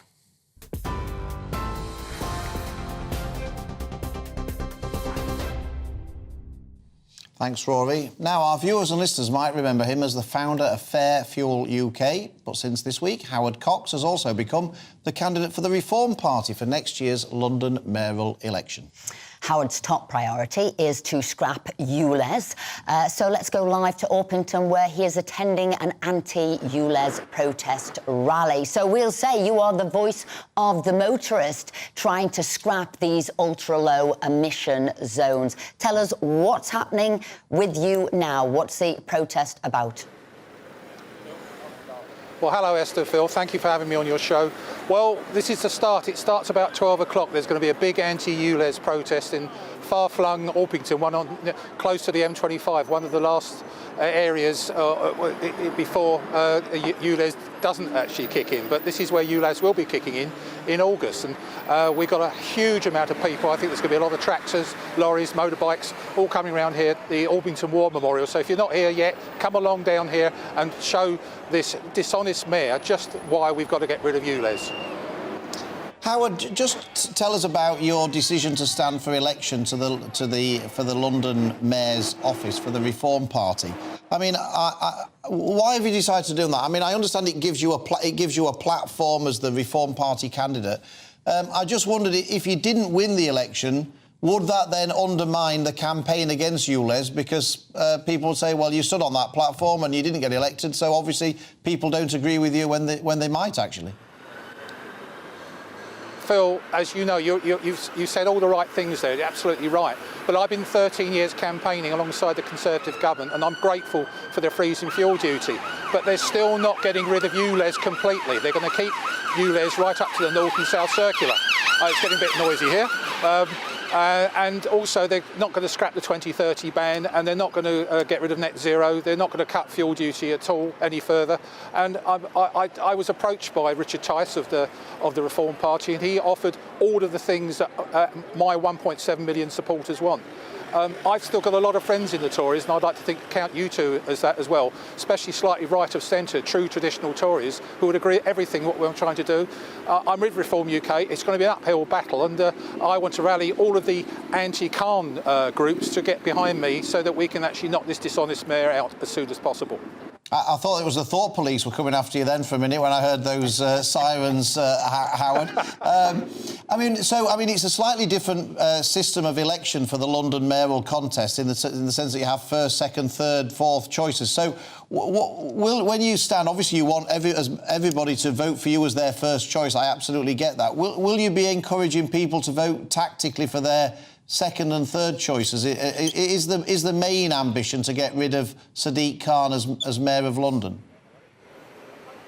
Phil, I have to correct you. This time it's the first time ever. It's going to be first past the post. Oh, OK. They're not doing the proportional approach. Oh, yeah, OK. I was, and that's one reason that helped me do it. And I'm going to be working with a lot of the Tory people. I'm already getting a lot of Tory people calling me and MPs saying, go for it, Howard, we need to do this. The important thing, Phil and Esther, is ULEZ is a crippling tax on low-income families, sole traders, etc. And I produced a report about a month ago now. The CEBR actually produced a report to show that ULEZ has cost and will cost even more, £1 billion a year to London's economy. And these are the sorts of things that this cash-grabbing mayor doesn't seem to get. And even his own Transport for London have shown that extending the ULEZ to the M25 will not make a shed load of difference at all to the air we breathe. It's purely a cash grab. Howard Cox, thank you very much indeed. He's definitely starting the fight back for the motorist. He's been talking about this for a long time, but I don't think it's had traction until now. And then people are realising, oh, it's going to cost me too much. It doesn't have the impact they're saying. We'll have to have him back on to find out about the rest of his manifesto. Absolutely. But still to come on Saturday morning, should SATs be scrapped? We'll be also taking a look at all the weekend sport and showbiz as usual, so stay tuned. I joined GB News because I was sick and tired of not hearing my views being represented, not just mine, but so many people that I knew and spoke to. I just couldn't get my voice out there. I couldn't say anything. I couldn't do anything. Whatever the narrative was, I kind of had to follow it. GB News is there to provide a voice for those who have been ignored by the establishment media. We think different things, we've got a different style. GB News is here to be optimistic and positive about the future. It's real kind of dynamic and flowing, with the audience very much at the heart of it, like a big family. Here at GB News, we talk about the things that matter to you. Hearing the voices from right across our towns and cities, especially our towns. All sides of the argument represented with a heavy dose of opinion. We're on a mission here to make a difference. And the GB News family really is here for you, and whatever time of day you can watch or listen. Britain's watching. Britain's watching. We're proud to be GB News, The People's Channel. Britain's news channel. Westminster is going around in ever-decreasing circles, followed by the media. Britain is broken. How on earth did we get into this mess? But more importantly, how do we get out of it? Join me at 7 p.m, Mondays to Thursdays on Farage, here on GB News. We will have open, rational debate. We've got to work out how Britain moves forward from this. Join us here on GB News, the People's Channel. Britain is watching. You've probably seen politicians interviewed 1,000 times, but we do it differently. We find out who they really are, we don't shout, we chat, and hopefully we bring a bit of light, not just heat. Did you know Kate Moss? Apparently. Do you have a pair of jeans or a pair of jeans? No, of course I don't. What would I do with them? My friends are like, oh my God, what's she doing now? Join me every Sunday at 6 for Gloria Meets, only on GB News, the People's Channel, Britain's news channel. I'm Simon Evans. Join me on GB News for Headliners at 11 p.m. What's the scoop? I'll be joined by two of the country's top comedians. That's right. As we take a look at tomorrow's newspapers tonight. We're going to get into trouble. If it's a big story, we'll be covering it. Spill some tea on him. There we go. But we'll also have some fun. I wouldn't stick up a bank. My father didn't love me. So anyway. Headliners every night from 11 on GB News, the People's Channel, Britain's news channel. Monday to Thursday, 9 p.m. till 11 p.m. Join me, Dan Wootton. I'll bring you the sharpest takes and hottest debates. Do you not believe in prison? I don't believe in prisons. I'm completely stunned. I guarantee you there'll be no spin, no bias, no censorship. I actually was personally quite offended by it. And no reason to go to bed. So I guess they've always been quite woke. That's Dan Wootton tonight on TV, radio and online. Monday to Thursday from 9 p.m. till 11 p.m. on GB News. The People's Channel, Britain's news channel.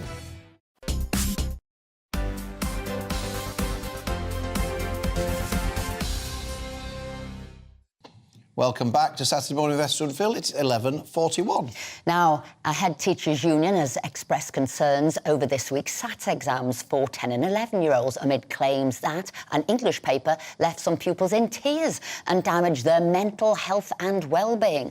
But the Department for Education website says SATs are meant to measure school performance and to make sure individual pupils have the support that they need as they move into secondary school. Well, we're now joined by Chris McGovern, chairman of the Campaign for Real Education, and Christine Cunniff, principal of LVS Ascot. So if I start with you, Chris McGovern, really, just because some pupils found exams tough, they found it difficult, is that really an excuse to get rid of SATs? Or isn't that part of growing up, coping with disappointment and things that are a bit tough?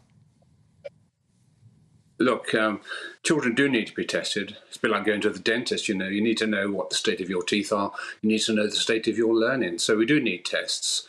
This might have been a rogue test, it's possible, but over the last 3 decades, you can say that examinations in many ways have shown improvements. We've seen lenient marking anyway, if not, the exams may have gotten marginally tougher, but we shouldn't be worried about these tests being slightly tough.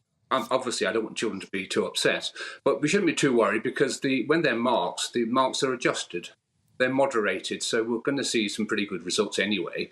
What we should really be addressing is the fact that by the time these children get to the age of 15, they're about 3 years behind the level of attainment in children in the best education systems around the world. So we can't really make them any easier. It wouldn't change the driving test, would we, to make it easier? So I'm sorry children were upset, but maybe because their schools were locked down, and maybe because a lot of pressure from teachers, that's added to the burden on children. We need the tests, and if this was a rogue exam, one would apologise for that, of course. But we do need the tests, and I suspect the children won't be affected in terms of the marks, because the marks will be adjusted. So nothing to worry about. If you believe the teaching profession, and I'm part of that profession, we've had the biggest improvement in educational standards in history in the last 30 years. Look at international levels and comparisons, we're falling badly behind. Who do you believe? Christine, can I bring you in here? I mean, I think most people would say that, you know, you need to, as Chris said there, you need to have tests, and it seems sensible to have a national test before people go to secondary school, so that every secondary school knows exactly what they're dealing with when they get a pupil in there. Is this more of a question that teachers don't like league tables that flow from SATs rather than actually the SATs themselves? I think we've got to remember this is about the children. This isn't about the teachers or the establishment itself. It's about the children and, you know, and the best education for them. And, you know, I totally agree with Chris, but if there are rogue exams, to give a rogue exam to a child who's 10 or 11, that is damaging, and there's no excuse for that. It should be checked more properly. And we know that, you know, there's been exam errors with GCSEs and A-levels. And the reason why I don't agree with SATs is because I do believe that it's too narrow. It's only English and maths. Science was abolished in 2010, and children have a right to a broad and balanced curriculum. And at the moment, many schools who are taking the SATs are teaching to those exams. Christine, I do a lot of work with young pupils, and I teach them about resilience. Things in life isn't always going to go as planned. But really, if they cry, it's about talking through what was tough, you know, what didn't work, not to cancel it on their behalf, surely.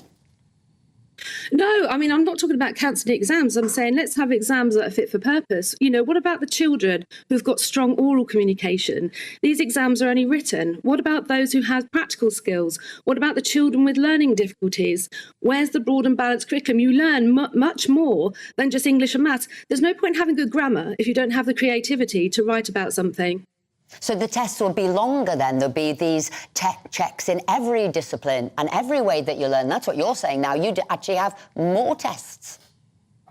No, I'm not saying that. I'm actually saying it's like GCSEs and A-levels. Why are we still asking children to sit in a Victorian-style hall and write with pen and paper, and some use laptops? There's got to be a better way of doing it, something that prepares our children for, you know, we're in the fourth industrial revolution here. With technology, what about the skills for the future? Entrepreneurship, creative thinking, the 4 Cs. That's what we should be looking at. And testing over long periods of time in ways that we get the best out of children, not just pigeonholing them into a box and saying, you've got to perform right now. Chris McGovern, I guess one of the reasons why the focus was on maths and English was because so many people were leaving school who couldn't read properly, couldn't write properly, and couldn't do the basics in maths and English. Is that, I mean, has that strategy worked, or should we be broadening out these tests? It's still a problem. You know, the odd thing is the children who benefit most from these tests in English and maths are those who fail them, because then we can identify them. The great tragedy is that children may go, before they were tested, they would go through primary school and then they would go into secondary school and they hadn't been identified, their problems hadn't been identified. So by having these tests at 11, and I know they are stressful, I sympathise with my colleagues on that, but by having the tests at 11, at least we can spot the children who are having difficulties. Of course, we also have tests at limited tests now at 7. The tests are always a problem. I spent part of my career in the private sector. They're having tests every day, every week, every month, all the time. So there's no great pressure. The problem perhaps in our state schools is that we don't have enough tests. We have one every 4 years and it's high pressure. Maybe we should have them every day or every week. Then they'd be normal part of learning. You know, it's common sense really. And I don't want to be divisive of my profession. Other teachers do a fantastic job. They're under pressure too. But Chris, we've got to match the rest Chris, of the world. we've got to end there. Christy, we've got to end there. Well, thank you both. Thank you both very much indeed for engaging in that debate. We appreciate it. But Chris had a point there. You need to take the fear out of tests. Say, here you go, this is just on go. It doesn't matter if you don't pass it, keep going with the test. Now, as we might have noticed, Liverpool is gearing up for a party they won't forget as they host the Eurovision Song Contest tonight. Well, joining us is Jay Aston, former winner with Bucks Fizz. She's there in Liverpool. I want to ask her, what's it like to be a Eurovision Song Contest winner? It's absolutely amazing here. We are being treated literally like royalty, and we've had the craziest schedule since literally 1981. It's fantastic. Look, there's just crowds everywhere, and Liverpool has literally rolled out the red carpet for everyone. And Jay, it must bring back a lot of memories from when you won back in 1981. What will the contestants be feeling right now as they, particularly the ones like Sweden and Finland, who are expected to sort of be there or thereabouts? How must they be feeling at the moment? Well, nervous. They'll be trying to psych themselves up, no doubt. But at the end of the day, I think the message for me is just go out and enjoy it. It's 3 minutes long. Your song can change your life, and just enjoy it and give it I'm sure they'll give it everything they've got. And I guess you're always just wondering if something might go wrong. You know, like something with the sound might happen, or your heel might break, or what. Something Having your silly. skirt ripped off. But just try and focus on enjoying it. Of course, I mean, that could always happen, but maybe that's part of the act. But you said, you know, your life could change, and that is what will happen to somebody tonight, isn't it? Their life will change. How did that happen for you? Totally. I mean, we were completely unknown. We were one of the first manufactured bands purely for Eurovision, and we're still working. I mean, we were gigging last night. We've been gigging all this week, and we've never really stopped. We've also done 4 new albums, so it's given us the most enormous platform, and I recommend it. I know we've had some really dark, grim years, not doing very well, let's face it. But it's changed. Sam Ryder changed the whole landscape of Eurovision for the UK, and everyone's just really excited. And I think in these times we really need a bit of excitement. So Liverpool have done us proud. Jay, thank you so much for joining us from Liverpool. And we also, from everybody here, want to wish your daughter well as well, Josie, for all she's been through, and you as an amazing mother supporting her. So thank you. Thank you. Well, here we are in the studio. We've got Showbiz, we've got Sport, we've got Hayley Palmer, we've got Aidan McGee. So going to, I guess, the excitement of the Eurovision. I know you're excited. You've been talking about it all week non-stop. I absolutely have. And I've got to say, I just put on my Instagram that I am predicting Sweden to win tonight. And you know me, upon my prediction, we're always right, more or less. Sweden or Finland? No, Finland second, Sweden first. OK. UK top 10. OK, You heard it here fair first. enough. Are you going along with that? Aki Riolahti, the former Crystal Palace midfielder and Finland international, he's pleaded with all the Crystal Palace fans to vote for Finland tonight because his missus is singing tonight. Katri, her name is. OK. It's a catchy tune. Oh, dear. Oh. Talking about... So that could change the vote. That Possibly, yeah. It depends how many fans Crystal Palace have got and whether they're all going to get on board. Talking about odds of who's going to win, I know Sweden are the favourites to win the Eurovision with the bookmakers, but there's also odds, aren't there, about who's going to be the next James Bond? Oh, yes, there is. Well, it's actually an unknown. He's called Aaron Taylor-Johnson. Well, I hadn't heard of him. I did look him up. He's very pleasing to the eye, which is always great. Good start. Important. Yes, important Necessary. stuff. Absolutely. So we've got James Norton, that's 5-2, Henry Cahill, who's 3-1, and Tom Hardy and Richard Madden, who are 7-1. That's so what about if it's somebody who's pleasing to the eye and all the rest of it, and maybe charismatic and whatever? What about Aidan's chances of being the next James definitely Bond? not. No, come on. I mean, don't link me with that sort of odds. I'd have to leave GB News. I didn't want to do that. So what's happening in the world of sport? Well, let's keep it Eurovision, Selby, because Pep Guardiola is not happy with Eurovision, and he's not happy with the police in Merseyside because they're having to play Everton tomorrow. Now, the problem here is that they're playing Real Madrid in the second leg of the Champions League on Wednesday. They were due to play in Liverpool today, and they can't do that because the police have said they can't police both the game at Goodison Park or the Eurovision event. It takes, just for context, it takes up to 600 police officers to police a top Premier League game like Everton against Manchester City. It means that his team may have they have an extra day's weekend or extra day's rest for this game this weekend, which is good, but it means Real Madrid, who played last night, will have 48 hours more rest going into the game Wednesday, and he thinks it's going to scupper their chances of winning the treble. An historic treble, by the way, first time anyone's done it since 1999, if it happens. And, of course, it's the playoffs this weekend. The mighty Bradford City tomorrow. Yeah, we're not looking that far down. Let's look at the Premier League and the Championship for now. Yeah, we've got Sunderland against Luton today.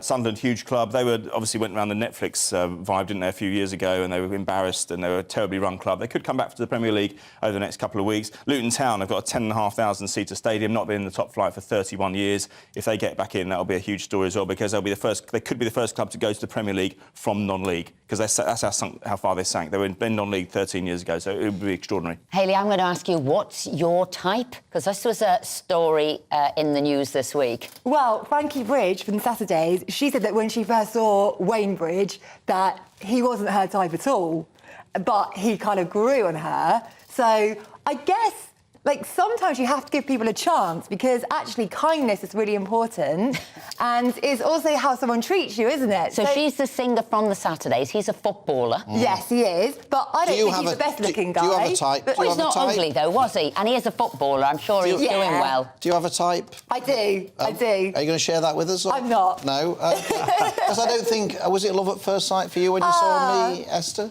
You told me it wasn't, Esther. No. Yeah, Aidan, you're right, it wasn't. It wasn't, but then that shows... It wasn't for a while. That shows what is important, isn't it? Yeah. So, and this is what Frankie Hold on said. a minute, what are you trying to say? Because it is about personality. It is about Girls like to strength be of treated character. nicely. It is about Men need to go back to intelligence child and school. intellect Hot and all looks, of those hot things. looks. Well, no. But it was about those you are other a catch. things, wasn't it? About what keeps a relationship together. A one-night stand is very different to 10 years together. Blimey. I just thought I'd say... This is true. Aidan, what's your type? People do say that she's a very lucky lady, and she did wear me down eventually. Yeah. Kindness, consideration. Don't like being ignored in text either. That's a bit difficult for me. But then flexibility as well. You know, I like someone who can change plans at late notice. That's good for me. So you like somebody who's exactly the opposite of you? Is that? No. So we're looking, though. How would they look like? What do you like? Well, I don't really have a type. If you lined up all my exes, you'd probably say they look... Anybody you can get is what you're saying. No. Anybody you can get, not what do they look like. No, the package has to be right, but they don't necessarily look the same as each other. Right, OK. OK, well, look, the other thing, would you be the sort of person who'd open a door, a car door for your girlfriend? Without doubt. Get them a cup of coffee? Without doubt. But would you slam the door? On a platter. Would you slam the door on them? Yes, he would. No, I wouldn't do that. Oh, because this is what's happened, isn't it, this week with Ben Affleck? Yes, absolutely. In the press, there are photos of J-Lo and Ben Affleck not happy. Now, they have got back together. They previously split up. They got married last year. And when you look at those photos, there's so much tension. And you think, is it actually worth getting back with an ex? I don't think so. I don't think you can ever get backwards. Can you ever get back with an ex? Have you ever tried to get back with an ex? I have, actually. And it didn't work? It did not work. It failed miserably. Yeah. I've got... A long time ago, I did. But I'm talking as a teenager. And then I realised... Have you ever got back with an ex? Did it work? I tried, a few times, but it didn't work, no. It doesn't I wouldn't recommend work. No, you've got to move forward, not backwards. Yeah, exactly. Yeah, and that's what I thought. But, you know, he looked like he begrudged opening the car door. And then once you're doing these things, so is one a prima donna, the other one's then begrudging it, slamming Someone's the door? They've had the chance, you know. Yeah, is that it? Move on. Totally. He's a hardliner, isn't he? Absolute Absolute hardliner. By the way, are Bradford going to get promoted into... I can't see it. No, I can't see it. You can't see it? Well, I just... Look, I mean, who have they got, sorry?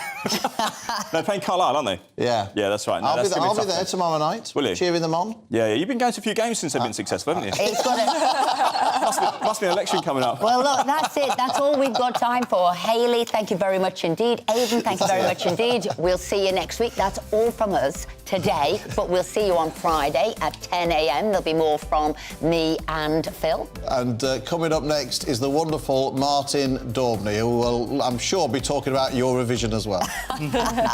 Enjoy, everybody, enjoy.